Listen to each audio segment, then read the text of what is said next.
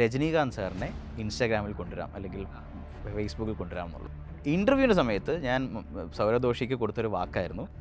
അല്ല, അന്ന് നിങ്ങൾ ഫേസ്ബുക്കിൽ കയറുമ്പോൾ ഇന്ത്യയിൽ എത്ര എംപ്ലോയീസ് ഉണ്ട് ഫേസ്ബുക്കിൽ? ഇങ്ങനെ നോക്കാം, മാർക്ക് സക്കർബർഗിന് ശേഷമാണ് 100% ആളുകൾ ഫേസ്ബുക്കിൽ ജോയിൻ ചെയ്തിരിക്കുന്നത്. എനിക്ക് ശേഷമാണ് 96% പേര് ജോയിൻ ചെയ്തിരിക്കുന്നത്.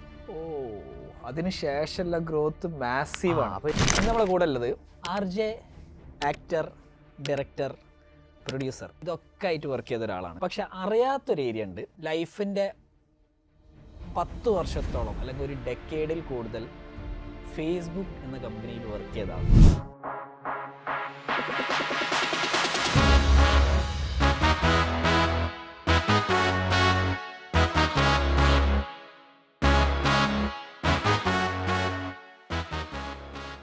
റീൽസ് സൗത്ത് ഇന്ത്യയിൽ ആദ്യം പോസ്റ്റ് ചെയ്തത് ഞാനാണ്.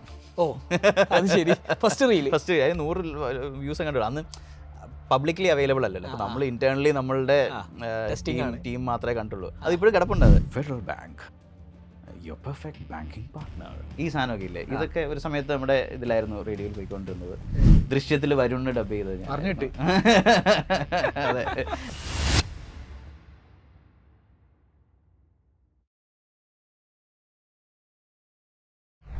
നിങ്ങളെ ഓൺലൈൻ ബിസിനസ് പഠിപ്പിക്കാൻ വേണ്ടി ഞങ്ങൾ 50-ൽ പരം എപ്പിസോഡുകൾ ചെയ്തിട്ടുണ്ട്. എന്നിട്ടും പലരും നമ്മളടുത്ത് ഹെൽപ്പ് ചോദിച്ചു വരാറുണ്ട്. ഇപ്പം അതിനൊരു പെർമനൻറ്റ് സൊല്യൂഷൻ നമ്മൾ ഉണ്ടാക്കിയിട്ടുണ്ട്.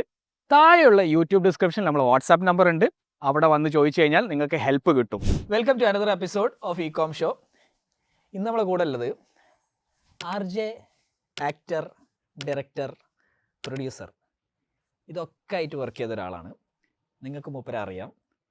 പക്ഷെ അറിയാത്തൊരു ഏരിയ ഉണ്ട്.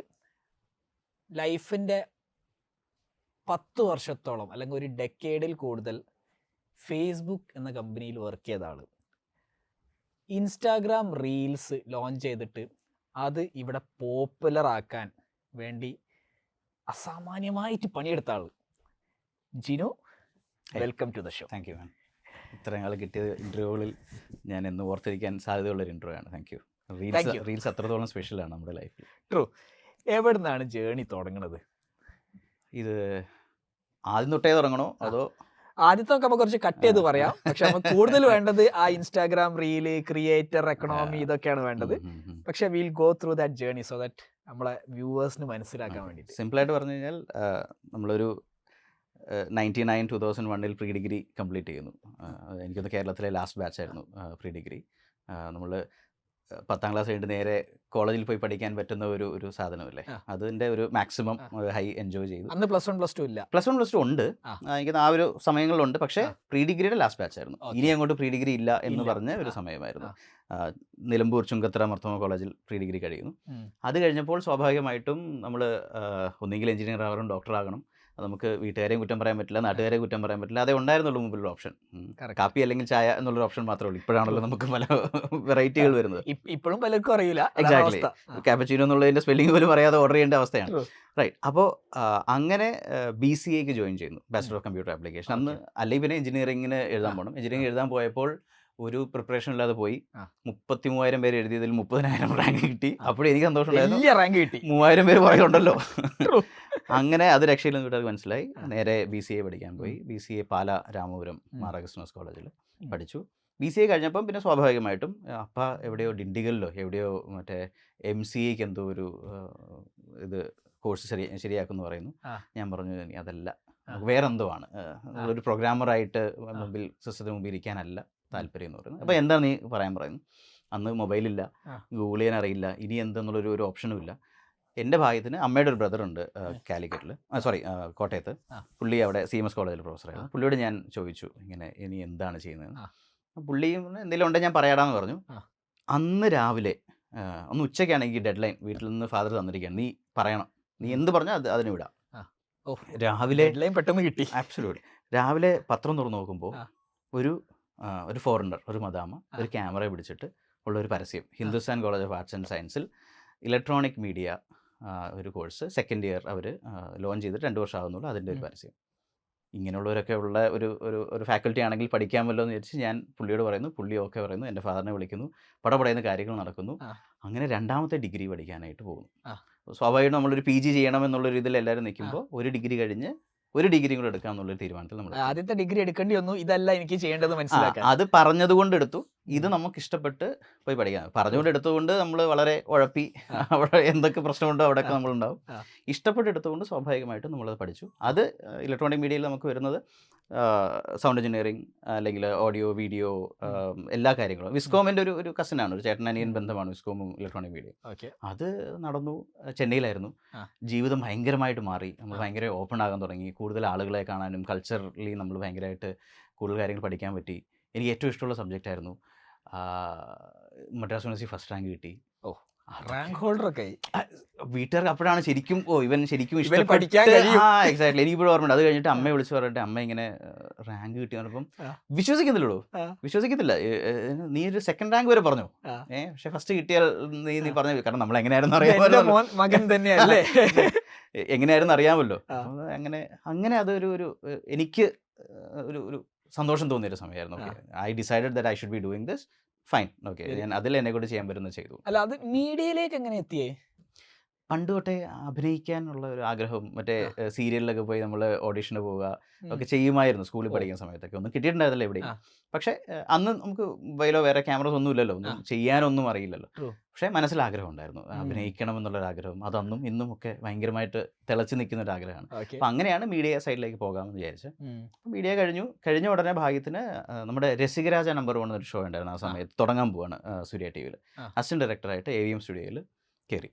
പ്ലേസ്മെന്റ് കിട്ടി.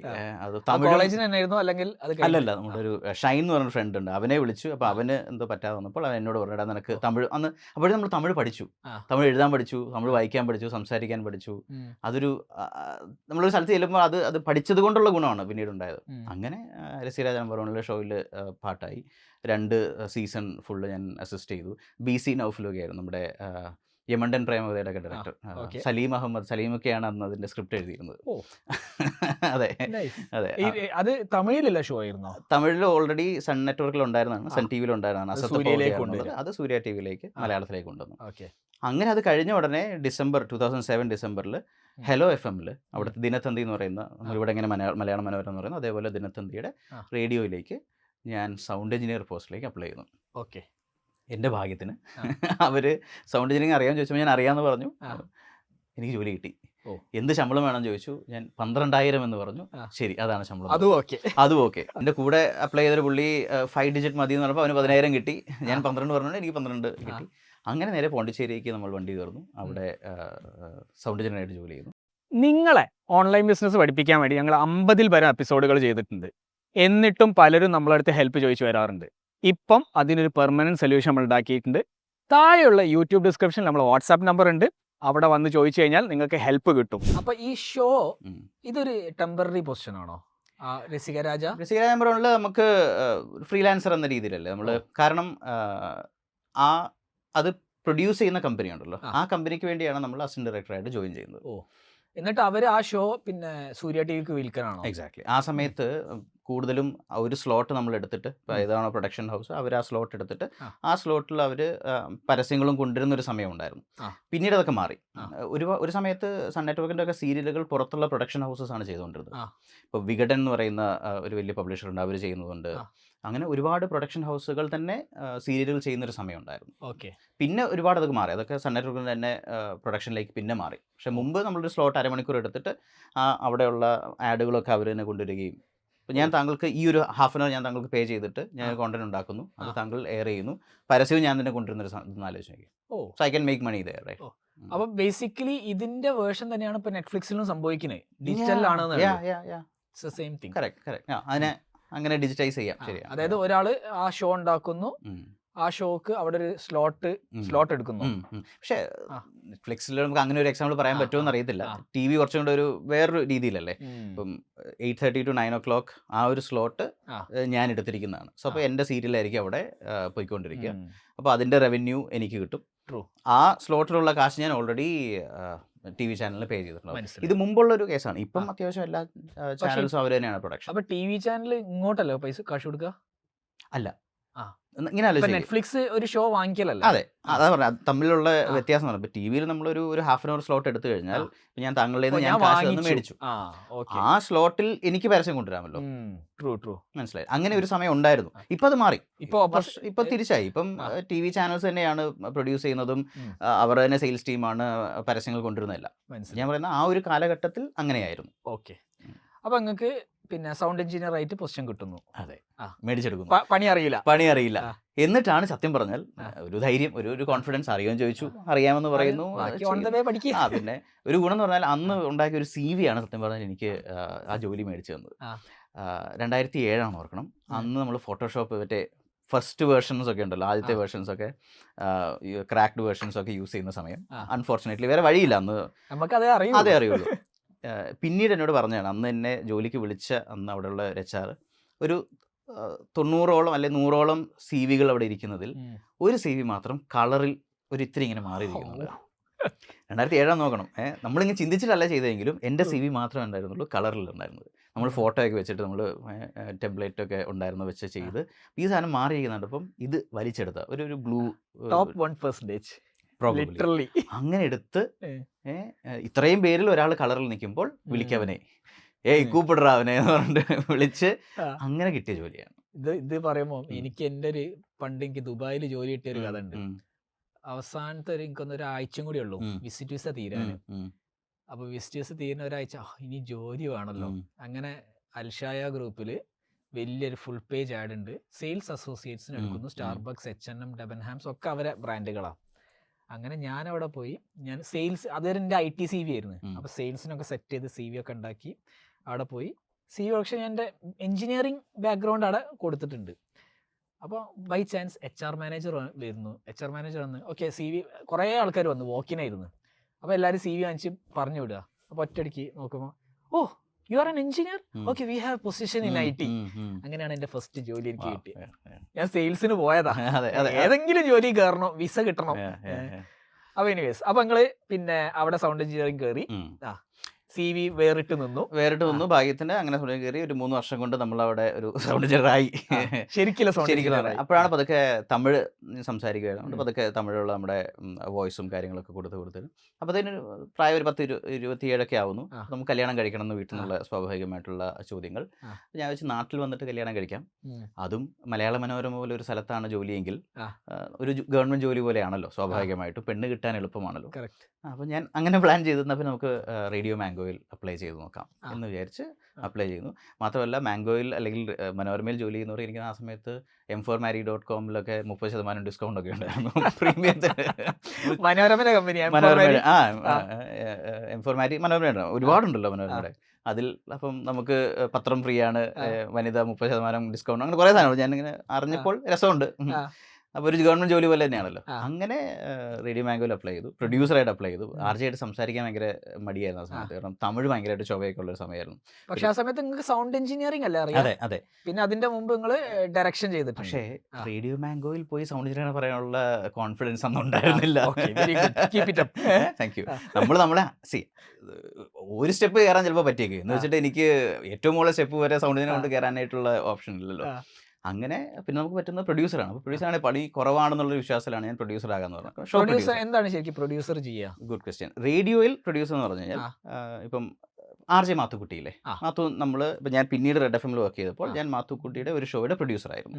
അപ്പോൾ നമ്മൾ പ്രൊഡ്യൂസർ ഇപ്പോൾ മോർണിംഗ് ഷോയുടെ പ്രൊഡ്യൂസർ എന്ന് പറഞ്ഞാൽ ഈ RJയും പ്രൊഡ്യൂസറും കൂടെ ചേർന്നിട്ടാണ് തീരുമാനിക്കുന്നത് നമ്മൾ അടുത്തൊരു 3 മണിക്കൂർ എന്തിനെക്കുറിച്ച് സംസാരിക്കണം, ആരോടൊക്കെ സംസാരിക്കണം. അപ്പം ശരിക്കും പറഞ്ഞാൽ പ്രൊഡ്യൂസർ നമ്മൾ പുറത്തറിയപ്പെടാത്ത ഒരു ബാക്ക് ബോൺ ആണ്. അപ്പൊ ശരിക്കും ഡയറക്ടർ ഓഫ് ദ ഷോ ആണ് പ്രൊഡ്യൂസർ. TV ഷോസിലും റേഡിയോയിലും ഒക്കെ പ്രൊഡ്യൂസർ എന്നല്ലേ നമ്മൾ പറയാം. നമ്മൾ ഷോ ഡയറക്ടർ എന്നുള്ള വാക്ക് ഉപയോഗിക്കുമെങ്കിലും ഒരു ഷോ കൺസീവ് ചെയ്യുന്ന ഒരു പ്രൊഡ്യൂസർ എന്ന രീതിയിലാണ്. അതാണ് പ്രൊഡ്യൂസർ. അല്ലാതെ കാശ് കൊടുക്കുന്ന ആളല്ല. അല്ല, കാശ് മേടിക്കാൻ ശ്രമിക്കുന്ന ആളാണ്, കിട്ടാറില്ല എന്നുള്ളതാണ് സത്യമെങ്കിലും. അപ്പം ഷോ പ്രൊഡ്യൂസർ എന്ന രീതിയിൽ ആണ്. അപ്പം ഞാൻ അങ്ങനെയാണ് ചോദിച്ചത്. അപ്പം ഇതേപോലെ ഇരുന്ന് സംസാരിച്ചു. അന്ന് അമിത് തൊട്ട് രവി സാർ തൊട്ട് അങ്ങനെ അവിടുത്തെ ഏറ്റവും ടോപ്പായിട്ടുള്ള ഓണർ തൊട്ട് ഡയറക്ടർ തൊട്ട് എല്ലാവരും ഉണ്ടായിരുന്നു. ഞാൻ വന്നതിൻ്റെ മെയിൻ കാരണം 1500 രൂപയോളം അവർ നമുക്ക് TA തരുമായിരുന്നു. അതുകൊണ്ട് വന്ന് സംസാരിച്ച് തിരിച്ചു പോകാം, പോണ്ടിച്ചേരിക്ക് പോകാം എന്ന് മാത്രമേ കിട്ടും, നഷ്ടമൊന്നുമില്ല. പിന്നെ മനോരമയല്ലേ ഒന്ന് കണ്ടു, അങ്ങനെ കൊച്ചിയിലായിരുന്നു തോന്നുന്നു. കാണുന്നു, ഒരു മണിക്കൂറോളം ഞങ്ങൾ സംസാരിച്ചു എൻ്റെ ഓർമ്മ. ആ. എല്ലാം കഴിഞ്ഞപ്പം അവർ പറഞ്ഞു, Jinu we don't think we can be a producer, sorry about that.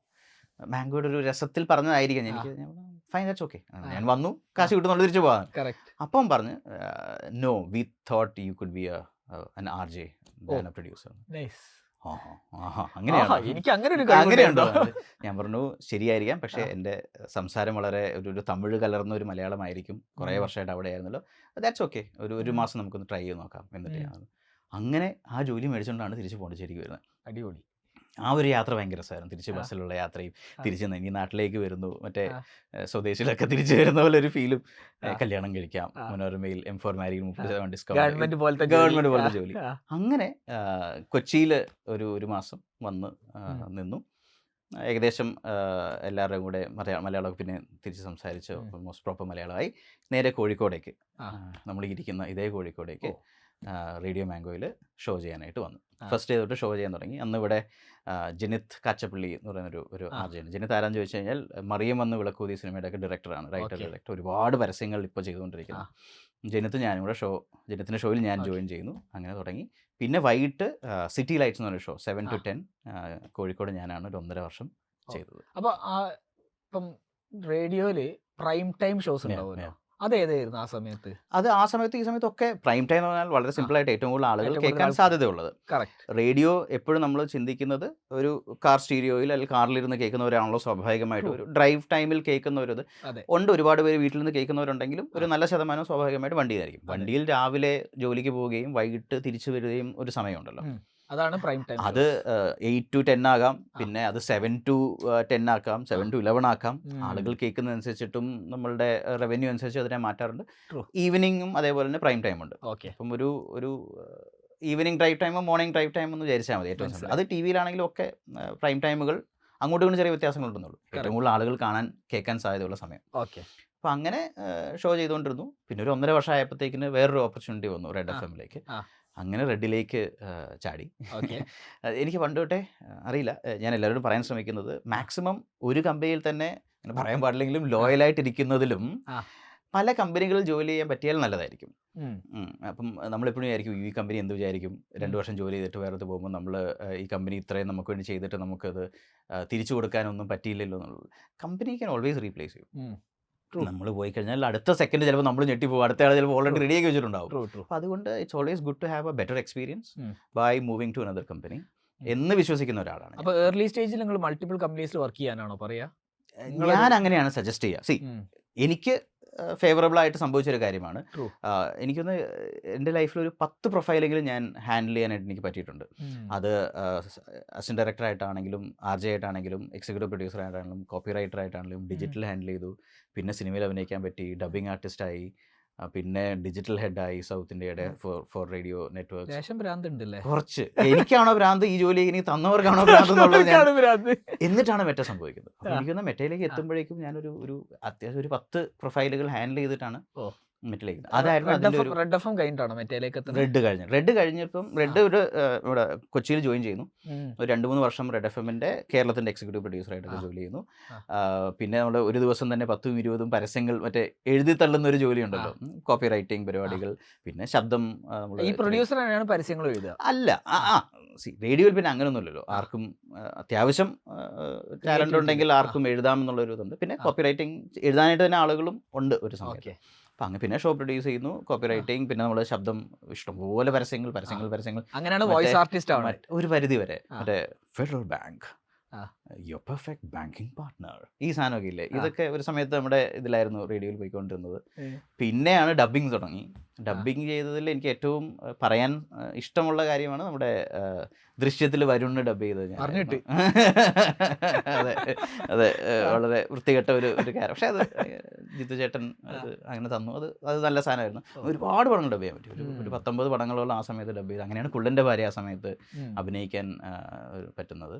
ഈ ഡബ്ബിങ് ഭയങ്കര, ഇപ്പൊ എനിക്ക് ആലോചിക്കുമ്പോൾ ഇത് ഭയങ്കര ടഫായിട്ടുള്ള ജോലി ആയിട്ടാ തോന്നിയേ. ആ സിങ്ക് ചെയ്യണ്ടേ? ശരിയാണ്. പക്ഷേ ഏതൊരു ജോലിയോട് കുറെ കഴിയുമ്പോൾ പിന്നെ അത് എളുപ്പമാവില്ലേ. സ്റ്റാർട്ടിങ് സ്റ്റേജിൽ നമുക്കൊരു ചെറിയൊരു സ്പാർക്ക് ഉണ്ടായാൽ മതിയായിരിക്കും. അതിന് ആദ്യമൊക്കെ നമ്മൾ ഡബ് ചെയ്യുന്ന മറ്റേ ഈ തമിഴ്, തെലുഗു, കന്നഡ പടങ്ങൾ മലയാളത്തിലേക്കുള്ള ഡബിങ് ഉണ്ടല്ലോ, അതൊക്കെയായിരുന്നു. അപ്പോൾ നമുക്ക് ലിപ്പ് പിടിക്കണ്ട, അതെ. സ്റ്റാർട്ടിങ്ങും എൻഡിങ്ങും പിടിച്ചാൽ മതി. ലിപ്പ് പിടിക്കണ്ട, എന്തുകൊണ്ട് തമിഴ്, പിടിക്കണ്ട? തെലുഗു, കന്നഡ നമ്മൾ എങ്ങനെ ഡബ് ചെയ്താലും ലിപ്പ് കിട്ടില്ലല്ലോ. ലിപ്പ് കിട്ടൂല. എങ്ങടാ പോറേ എന്നുള്ളത് നമ്മൾ മലയാളത്തിൽ എവിടെയാ പോകുന്നത് ചോദിച്ചാൽ സ്വാഭാവികമായിട്ട് മാറ്റങ്ങൾ വരും. പക്ഷേ നമ്മൾ എപ്പോഴും നോക്കേണ്ടത് അതിന്റെ മീറ്റർ പിടിക്കുക എന്നുള്ളത്. എങ്കടാ പോറയുടെ ആ സ്റ്റാർട്ടിങ്ങും തീരുന്ന സ്ഥലമില്ലേ, അവിടെ കൊണ്ട് നമ്മുടെ ഡയലോഗ് തീർന്നു കഴിഞ്ഞാൽ ഡബിങ് ഒരു വലിയ ഡബിങ് ആയിട്ട് തോന്നില്ല. ഓക്കെ, അപ്പോൾ ആ കറക്റ്റ് ടൈം മെയിൻറ്റെയിൻ ചെയ്യാനായിട്ട് പറയും. അതൊരു എക്സ്പീരിയൻസാണ്. കാരണം ചിലപ്പോൾ നമ്മുടെ മുമ്പിൽ സ്ക്രിപ്റ്റ് ഉണ്ടാവും, ചിലപ്പോൾ നമ്മൾ സ്ക്രിപ്റ്റ് ഒന്നും വായിച്ചു നോക്കിയിട്ട് നമ്മൾ അവിടെ ലിപ്പ് നോക്കിയായിരിക്കും പറയേണ്ടത്. ചിലപ്പം 1-2 വർഷം കേൾക്കുമ്പോൾ നമുക്ക് അതിൻ്റെ ഒരു താളം മനസ്സിലാവും. എങ്കടാ പോറേ എന്നുള്ളതാണെങ്കിൽ നമുക്ക് എവിടെയാടാ പോകുന്നത്, എങ്ങോട്ടാടാ പോകുന്നത്, അത് പല രീതിയിൽ നമുക്ക് ആ ഒരു താളം മീറ്റർ കിട്ടി കഴിഞ്ഞാൽ എളുപ്പമാണ്. നല്ല ഡബിങ് ആർട്ടിസ്റ്റ് എപ്പോഴും നോക്കുന്നത് അന്യഭാഷയാണ് ഡബ് ചെയ്യുന്നതെങ്കിൽ ആ സ്റ്റാർട്ടിങ്ങും എൻഡിങ്ങും കറക്റ്റായിട്ട് പിടിച്ചു കഴിഞ്ഞാൽ ചിലപ്പം വലിച്ചു പറയേണ്ടി വരും, ചിലപ്പോൾ പെട്ടെന്ന് പറയേണ്ടി വരും. അത് നിർത്തി കഴിഞ്ഞാൽ വലിയ ഓക്വേർഡ് അല്ലാതെ നമുക്ക് തീരും. മുമ്പൊക്കെ തുടക്കം സമയത്തൊക്കെ ആ ഒരു മീറ്റർ ഇല്ലാത്തത് കൊണ്ടാണ് നമ്മൾ ഇവരുടെ ലിപ്പ് തീർന്നാലും ഒരക്ഷരം പുറത്ത് കിടക്കും. അപ്പോഴാണ് നമുക്കത് ഭയങ്കരമായിട്ട് ഒരു അരോചകമായിട്ട് തോന്നുന്നത്. പിന്നെ ഒറിജിനൽ അതേ ഭാഷ ഡബ് ചെയ്യുമ്പോൾ സ്വാഭാവികമായിട്ടും ആക്ടർ എന്താണോ പറഞ്ഞിരിക്കുന്നത്, ചിലപ്പം ഇപ്പം ഡയറക്ടർക്ക് ആ ശബ്ദമായിരിക്കില്ല വേണ്ടത് ഒറിജിനൽ ആക്ടറിന്റെ. ഇപ്പം അതൊക്കെ മാറി. ഇപ്പം മിക്കവാറും എല്ലാവരും സ്വന്തം തന്നെ ഡബ് ചെയ്യുന്നത്. പക്ഷെ ആ ഒരു സമയത്ത് ഒരുപാട് ഡബിങ് ആർട്ടിസ്റ്റിനൊരു കൂടുതൽ ചോയ്സസ് അല്ല, ജോലി കൂടുതലുണ്ടായിരുന്ന ഒരു സമയം ഉണ്ടായിരുന്നു. ഇപ്പം പൊതുവെ നല്ല ശതമാനവും അങ്ങനെ തന്നെയല്ലേ. പുറത്തുനിന്നുള്ള ഏതൊരു ഭാഷയിൽ നിന്ന് വന്നാൽ മാത്രമേ ഉള്ളൂ ചെയ്യാനുള്ള ഓപ്ഷൻ വരുന്നത്. ഇപ്പം അടുത്ത് വരാൻ പോകുന്ന ഒരു വലിയ പടം, അതിൽ തമിഴിലുള്ള ഒരു വലിയ ആക്ടർ, പുള്ളിക്ക് വേണ്ടി ഇപ്പം ഞാൻ ഡബ് ചെയ്ത പടം റിലീസാകുന്നു ആകാത്തതുകൊണ്ട് ഞാൻ പറയാം. അപ്പോൾ അത് പുള്ളി പ്രോപ്പർ തമിഴിനാണ്. അപ്പം അതിൽ മൊത്തം ഞാനാണ് ഡബ് ചെയ്തത്. അപ്പോൾ പുള്ളിയുടെ മലയാളം, തമിഴ് കലർന്ന മലയാളം നമ്മളത് ഡബ് ചെയ്ത് പ്രോപ്പർ മലയാളത്തിലേക്ക് ആക്കി ചെയ്യണം. ഇത് എത്ര ടൈം ടേക്കിംഗ് പ്രോസസ് ആയിരിക്കും ഇത്?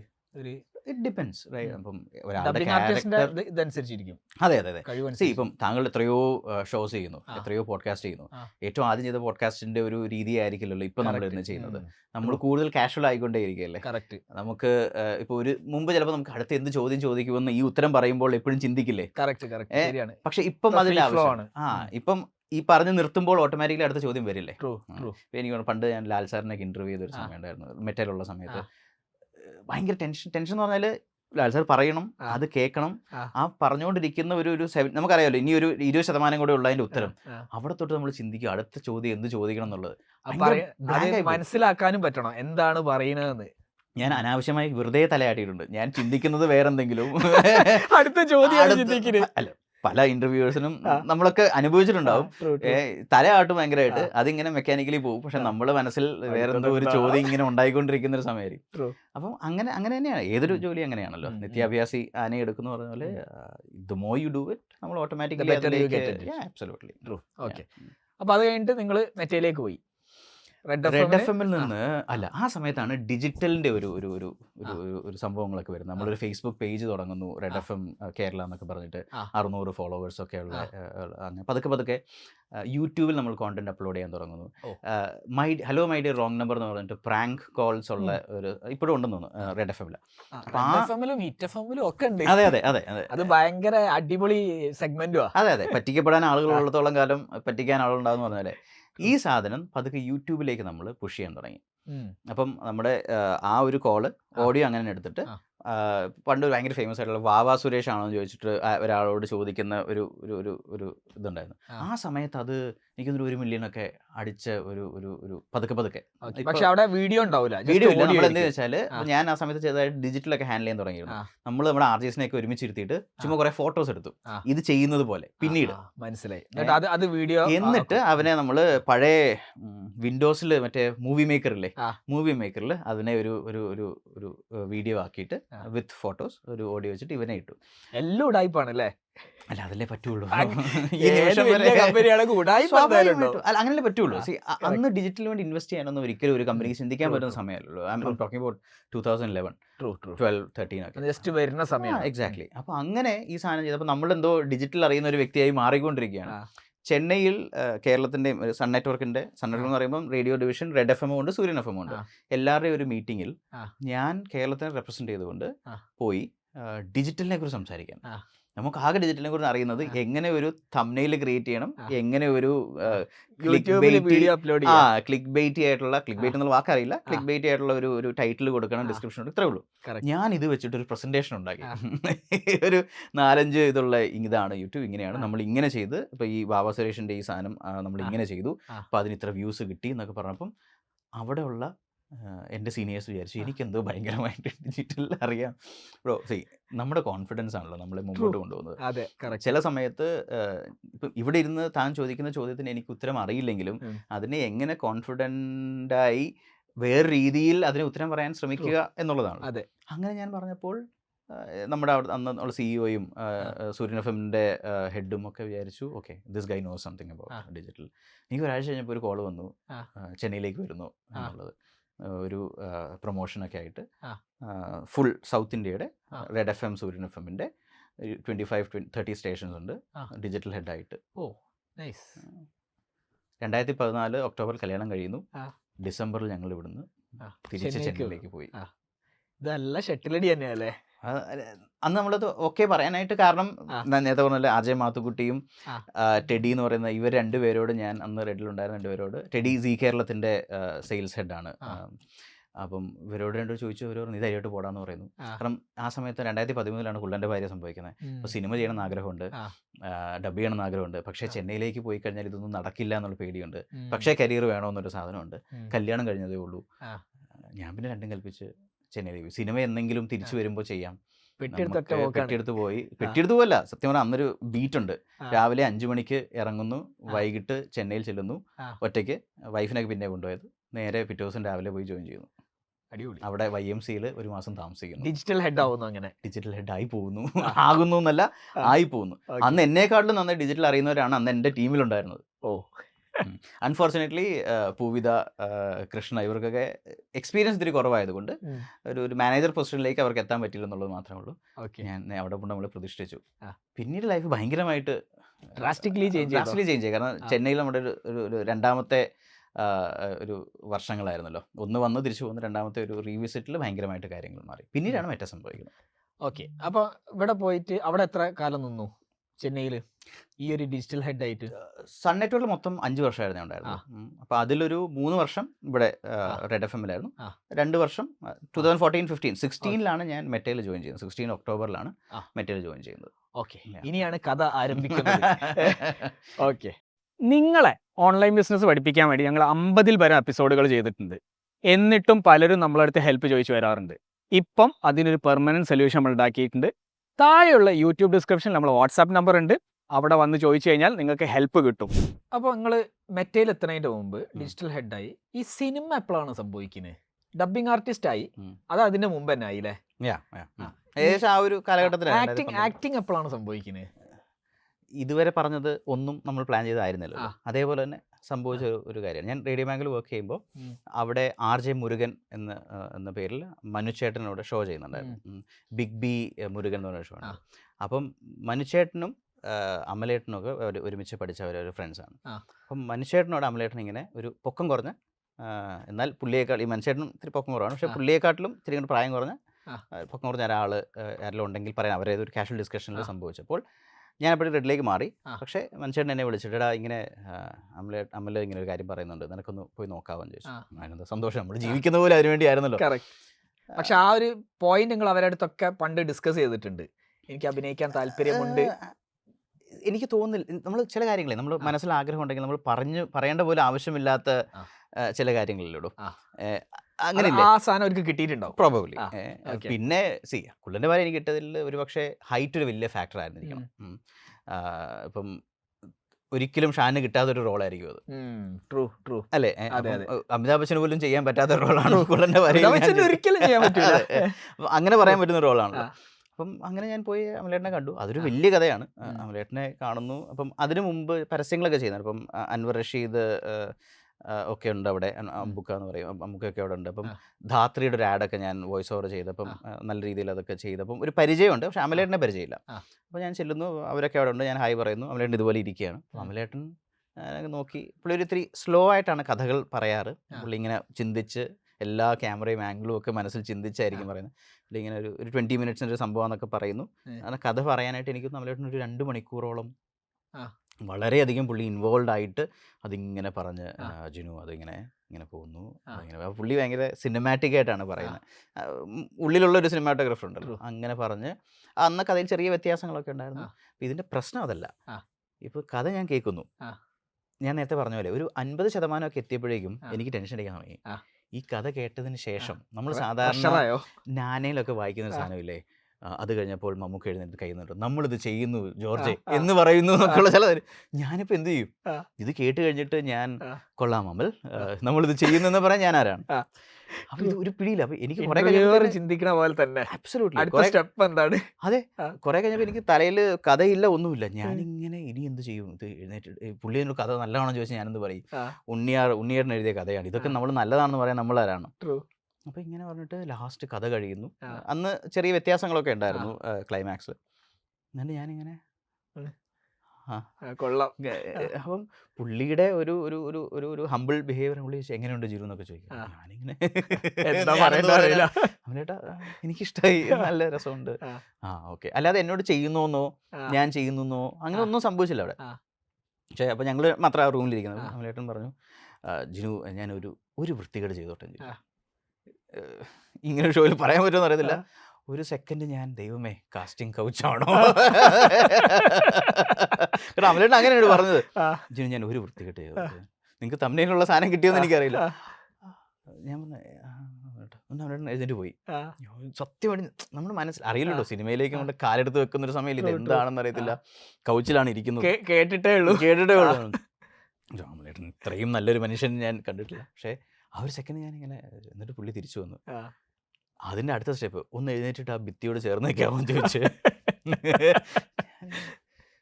നമ്മൾ കൺഫ്യൂഷൻ ആയി കഴിഞ്ഞാൽ പിന്നെ നമ്മൾ യാന്ത്രികമാവുമല്ലോ. ഞാൻ ഇത് ഒരു സ്ഥലത്ത് ഇതിൻ്റെ ഒരു ലൈറ്റർ വേർഷൻ ഞാൻ പറഞ്ഞിട്ടുണ്ട് നമ്മുടെ CDL തന്നെ ഒരു ഇവൻറ്റിൽ. ഞാൻ എന്നിട്ട് ഭിത്തിയിൽ ഇങ്ങനെ ചാരി നിൽക്കാൻ പോകും. ചാരി നിന്നിട്ട് പുള്ളിയുടെ കയ്യിൽ ഒരു പെൻസിൽ ഉണ്ടായിരുന്നു. പുള്ളി എൻ്റെ ഹൈറ്റ് മാർക്ക് ചെയ്യാനായിട്ട് ഭിത്തിയോട് ചേർന്ന് നിൽക്കാൻ പറഞ്ഞതാണ്. നമ്മുടെ വൃത്തികെട്ട ചിന്താഗതിയിൽ എന്തൊക്കെ പോയെന്ന് അറിയാമല്ലോ. ഞാൻ വരച്ചു, പുള്ളി വരച്ചു. ഞാൻ ആ സെക്കൻഡിൽ കണ്ടതാണ്. എൻ്റെ താഴെയും മുകളിലുമായിട്ട് 2-3 വേറെ വരകളുണ്ടായിരുന്നു. അവർക്കാർക്കും കുള്ളൻ്റെ ഭാര്യയിലെ കുള്ളനാകാനുള്ള തലവര ഉണ്ടായിരുന്നില്ല എന്നുള്ളതാണ് അതിലെ ഏറ്റവും വലിയൊരു സത്യം. പുള്ളിക്ക് അമലേട്ടന് വേണ്ട ആ കറക്റ്റ് ഹൈറ്റും ഒരുപക്ഷെ ആ കറക്റ്റ് രൂപവും ആ ഒരു സംസാരവും പ്രോബ്ലി ആ ചിരിയോ ആ മുഖത്തുണ്ടായിരുന്ന ആ സമയത്തുണ്ടായിരുന്ന ഒരു ഇന്നസെൻസോ അതെല്ലാം കറക്റ്റായിട്ട് ആ ഒരൊറ്റ വരയിൽ തെളിയുകയാണ് ചെയ്തത്. അങ്ങനെയാണ് കുള്ളൻ്റെ ഭാര്യയുടെ തീർന്നു. Absolutely. Okay, let's get into Meta. മെറ്റയിൽ എങ്ങനെയാണ് എത്തിപ്പെടുന്നത്? ഓക്കെ, ഞാൻ ഒട്ടും ഫിൽറ്റർ ഇല്ലാതെ പറയാം. എഗെയിൻ ഇത് വേറെ സ്ഥലത്ത് പറഞ്ഞിട്ടുണ്ട് ചിലതായിട്ട്. അതിൻ്റെ ക്യാപ്ഷൻ എങ്ങനെയാണ്, മൂത്രമൊഴിക്കാൻ മുട്ടുമ്പോൾ വെച്ചുകൊണ്ടിരിക്കരുത്, പോയി ഒഴിക്കുക. അങ്ങനെ തന്നെ ഒരു ടൈറ്റിൽ ഇട്ടിട്ടുണ്ട്. കാരണം എന്ന് വെച്ചാൽ ഞാൻ അവിടെ ഡിജിറ്റൽ ഹെഡായിട്ട് വർക്ക് ചെയ്തുകൊണ്ടിരിക്കുന്നു സൺ നെറ്റ്വർക്കിൽ. തിരിച്ചങ്ങോട്ടേക്ക് പോകാം.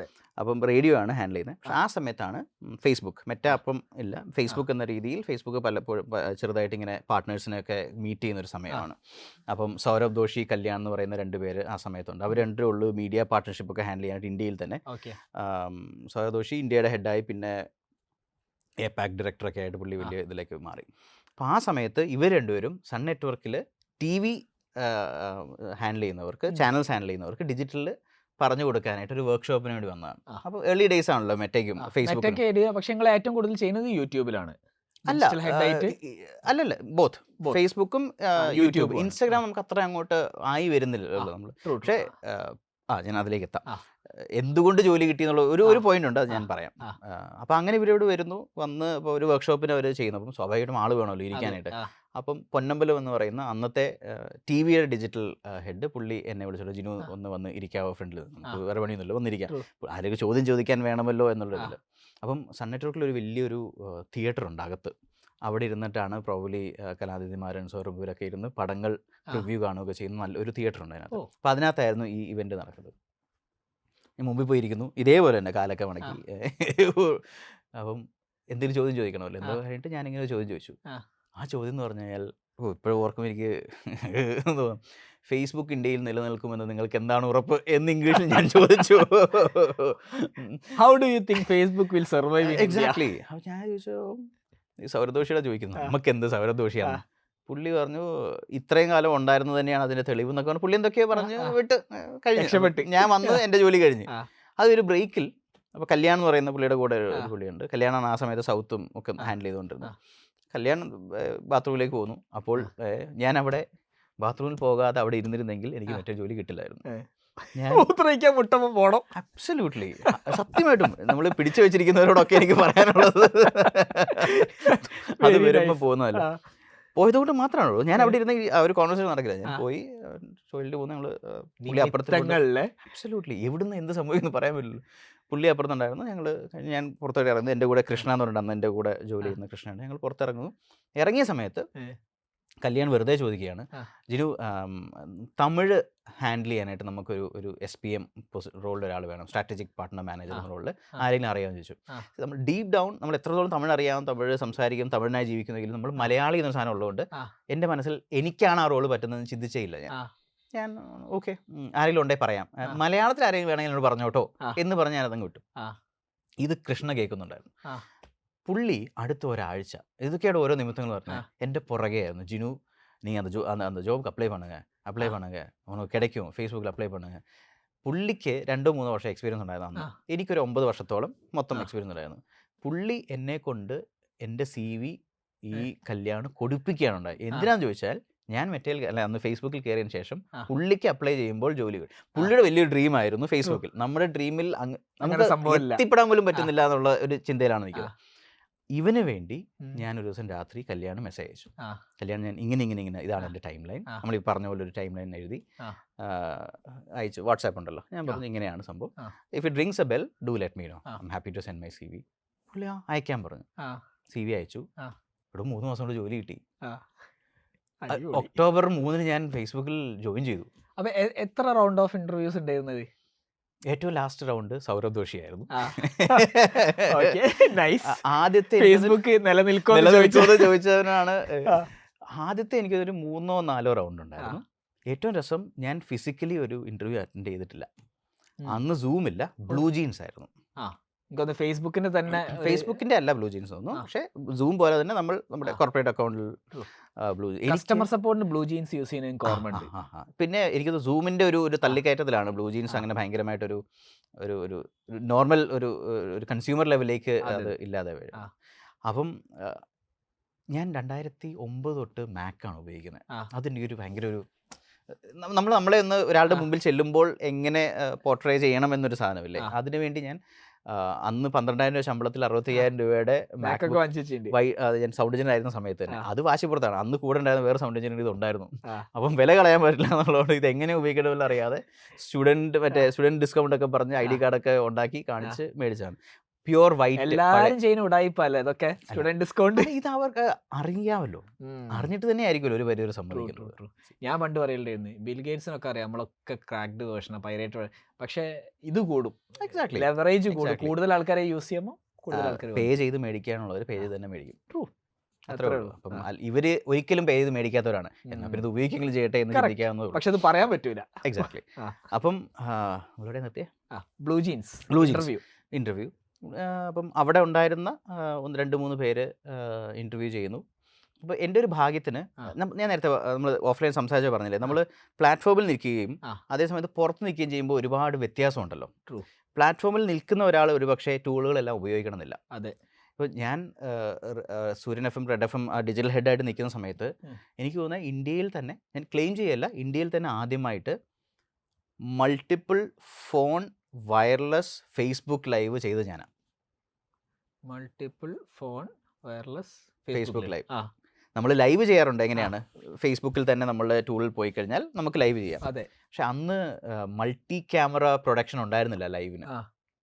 പക്ഷെ അന്ന് നമ്മൾ ഈ ഡിജിറ്റൽ ആയതുകൊണ്ട് ഇതിൻ്റെ പുറകെ നടക്കുന്നുണ്ട്. നമ്മൾ ഒരു ആപ്പ് ഉണ്ടായിരുന്നു, 1-2 ആപ്പുകളുണ്ട്. ആ ആപ്പ് നമ്മൾ കണ്ടുപിടിച്ച് അവരുമായിട്ട് ഡിസ്കസ് ഒക്കെ ചെയ്ത് ഈ ആപ്പ് വഴി തന്നെ ഈ 2 ഐഫോൺസ് നമ്മൾ വയർലെസ്ലി കണക്ട് ചെയ്ത് ഒരു ഐഫോൺ വേറൊരു ആംഗിളും ഒരു ഐഫോൺ ഈ ആംഗിളിലും വെച്ച് ഞാൻ ഫേസ്ബുക്ക് ലൈവ് ചെയ്യുമായിരുന്നു. ഐ എം ടോക്കിംഗ് അബൌട്ട് 2014, 14-15 ആ സമയത്ത്. ഒരുപാട് ലൈവ് ചെയ്തിട്ടുണ്ട്. നമ്മുടെ അനിരുദ്ധൊക്കെ വന്നിട്ടുള്ള ലൈവ് ചെയ്തിട്ടുണ്ട്. അവരൊക്കെ വന്നിരുന്നിട്ട് അവരുടെ തന്നെ ട്രെയിലറിൻ്റെ റിയാക്ഷൻ, അവരുടെ മുമ്പിൽ ഒരു ഐഫോൺ ഉണ്ടാവും, സൈഡിൽ നമ്മൾ പിടിച്ചുകൊണ്ട് വയർലെസ് ആയിട്ട് എങ്ങനെയാണ് നടക്കാം, അങ്ങനെയുള്ള ലൈവൊക്കെ. ഇതൊക്കെ ഞാൻ അവിടെ പറഞ്ഞപ്പം അവിടെ ഇരിക്കുന്നവർ ഞെട്ടിപ്പോയി. കാരണം പ്ലാറ്റ്ഫോം ഉണ്ടാക്കുക എന്നുള്ളതിലുപരിയായിട്ട് അതിന് മറ്റ് സാധ്യതകളുണ്ട് എന്ന് വേറെ ആൾ കണ്ടുപിടിക്കുമ്പോഴാണല്ലോ നമുക്ക് നമ്മുടെ വാല്യൂ വരുന്നത്. അപ്പം അതൊക്കെ പറഞ്ഞപ്പോൾ ശരി, പിന്നെ എന്തോ നമുക്കൊരു അസറ്റ് ആക്കാൻ നമ്മുടെ കൾച്ചറിലേക്ക് കൊണ്ടുവരാൻ പറ്റുന്ന ഒരാളാണെന്ന് ഒരു പക്ഷേ തോന്നിയിട്ടുണ്ട്. നമ്മൾ ചെയ്യാത്ത പല സാധനം ഉടായ്പ ചെയ്യാനായിട്ട്. പിന്നീട് ജോയിൻ ചെയ്തതിനു ശേഷം ഞാൻ ഇന്ത്യയുടെ തന്നെ ലൈവ് എന്ന് പറയുന്ന ടോട്ടലിൽ നമ്മുടെ ടീമിന് വേണ്ടി ഹാൻഡിൽ ചെയ്ത് ഞാനായിരുന്നു. ലൈവ് പ്രൊഡ്യൂസർ LVP എന്നൊക്കെ പറഞ്ഞ ടൂളൊക്കെ കമ്പനി US-ലൊക്കെ ക്രിയേറ്റ് ചെയ്തപ്പോൾ അവരുമായിട്ട് ഞാനായിരുന്നു അത് കൺസൾട്ട് ചെയ്തുകൊണ്ടിരുന്നതും. അവരെ ഞാനൊരു ടീമിനെ ഇന്ത്യയിൽ കൊണ്ടുവന്ന് ഇന്ത്യ ഫുള്ള് പാർട്ട്നേഴ്സിന് വേണ്ടി ഈ LVP, ഈ ലൈവ് വീഡിയോ പ്രൊഡ്യൂസർ എന്ന ടൂള് പരിചയപ്പെടുത്തി കൊടുക്കുകയും വർക്ക്ഷോപ്പ് ചെയ്യുകയും ഒരു ലൈവിൻ്റെ ഒരു റെപ്പ് എന്ന രീതിയിൽ, POC എന്ന രീതിയിൽ ഞാൻ പിന്നീട് ഇന്ത്യയിൽ നമ്മുടെ ടീമിന് വേണ്ടി ചെയ്തിട്ടുണ്ട്. അല്ല, അന്ന് നിങ്ങൾ ഫേസ്ബുക്കിൽ കയറുമ്പോൾ ഇന്ത്യയിൽ എത്ര എംപ്ലോയീസ് ഉണ്ട് ഫേസ്ബുക്കിൽ? ഇങ്ങനെ പറയാം, ഇന്ത്യയിലെ എംപ്ലോയീസിൻ്റെ സ്ട്രെങ്ത് വളരെ കുറവായിരിക്കും, 50-60 ഒക്കെ ആയിരിക്കും. പക്ഷേ ഫേസ്ബുക്ക് ആസ് എ യൂണിവേഴ്സ് എൻ്റെ ID നമ്പർ 153172 ആണ്. ഞാൻ 15,000ാമത്തെ എംപ്ലോയി ആയിരിക്കും. ഇങ്ങനെ നോക്കാം, മാർക്ക് സക്കർബർഗിന് ശേഷമാണ് 100% ആളുകൾ ഫേസ്ബുക്കിൽ ജോയിൻ ചെയ്തിരിക്കുന്നത്. ആണല്ലോ, പുള്ളിയാണല്ലോ ഫൗണ്ടർ. അതെ. എനിക്ക് ശേഷമാണ് 96% പേര് ജോയിൻ ചെയ്തിരിക്കുന്നത്. അതിന് ശേഷമുള്ള ഗ്രോത്ത് മാസീവ് ആണ്. അപ്പോൾ എനിക്ക് ആദ്യത്തെ 5%, 5% 50 പേരല്ല, ഒരു 15,000 പേരായിരിക്കും. അതിൽ ഞാനുണ്ട്. പിന്നീടാണല്ലോ അത് 80,000-വും 90,000-വും പിന്നെ ലേ ഓഫും പരിപാടികളൊക്കെ ആണെങ്കിലും ഒരു സമയത്ത് എനിക്ക് ശേഷമായിരുന്നു 96% പേരും. എനിക്കും മാർക്ക് സക്കർബർഗിനും ഇടയിൽ 2-3 പേരുണ്ടായിരുന്നൊരു സമയം ഉണ്ടായിരുന്നു. അപ്പോൾ സുക്കർബർഗിന് ഡയറക്റ്റ്ലി ഇരുന്നുണ്ടോ? നമ്മൾ മീറ്റിങ്ങുകളിലുള്ളൂ, അല്ലാതെ പുള്ളി വളരെ സിമ്പിളായിട്ട് അവിടെ ബിൽഡിംഗ് 20 ക്യാമ്പസിൽ ഇരിക്കുന്ന ഒരു വ്യക്തിയാണ്. അല്ലാതെ അവിടെ പുള്ളിക്ക് സെപ്പറേറ്റ് ക്യാബിനോ പരിപാടികളൊന്നുമില്ല. അത് ആ ഒരു കൾച്ചറാണല്ലോ, കണ്ടിട്ടുണ്ടാവുമല്ലോ. ആകെയുള്ളത് അതുവഴി ആര് പോയാലും മറ്റേ പുറത്ത് നടക്കുന്നവരൊക്കെ ഫോട്ടോ എടുക്കുന്നുണ്ട്. പുള്ളി തന്നെ പണ്ട് അവിടെ ഒരു പേപ്പറിൽ എഴുതി വെച്ചിട്ടുണ്ടായിരുന്നു, ഇത് സൂ അല്ല, ഫോട്ടോ എടുക്കുന്നത്, അങ്ങനെ എന്തോ ഒരു തമാശയൊക്കെ ഉണ്ടായിരുന്നു.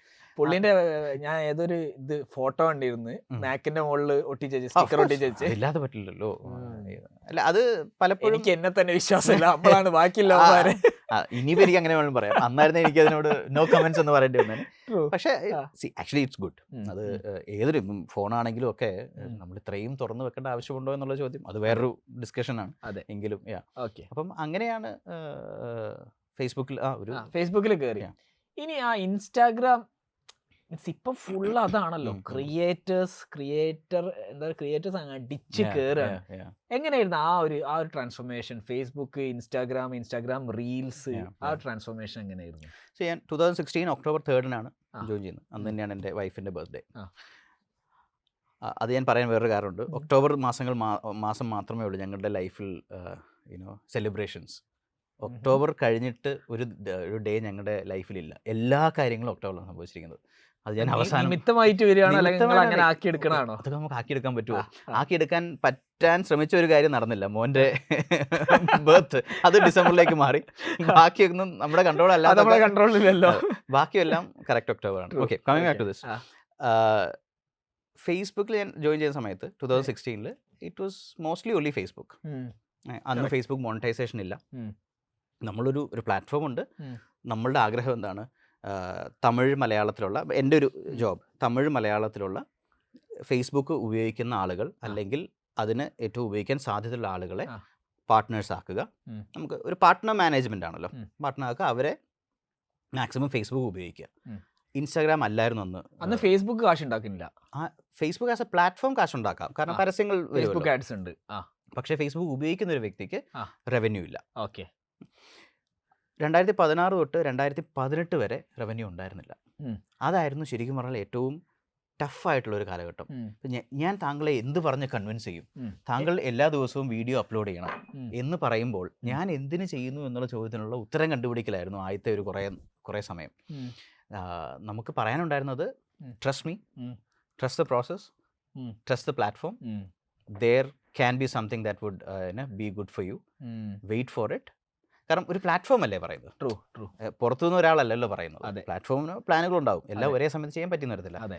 അങ്ങനെ നമ്മുടെ ഒരു ട്രസ്റ്റ് ചെയ്ത് കൂടിയ സൗത്ത് ഇന്ത്യയിലെ ഒരുപാട് മീഡിയ കമ്പനീസ് ഉണ്ട്. ആ. ആ സമയത്ത് കുറച്ചുകൂടെ മീഡിയ കമ്പനീസ്, കാരണം ആ. കോണ്ടന്റ് ക്രിയേറ്റ് ചെയ്യണമെങ്കിൽ അന്നൊരു ക്രിയേറ്റർ ഇക്കോസിസ്റ്റം ഒന്നും ഡെവലപ്പായി വന്നിട്ടില്ല. അതെ കറക്റ്റ്. അപ്പോൾ ഉള്ളത് സൺ നെറ്റ്വർക്കുകളായിരിക്കാം, ആ.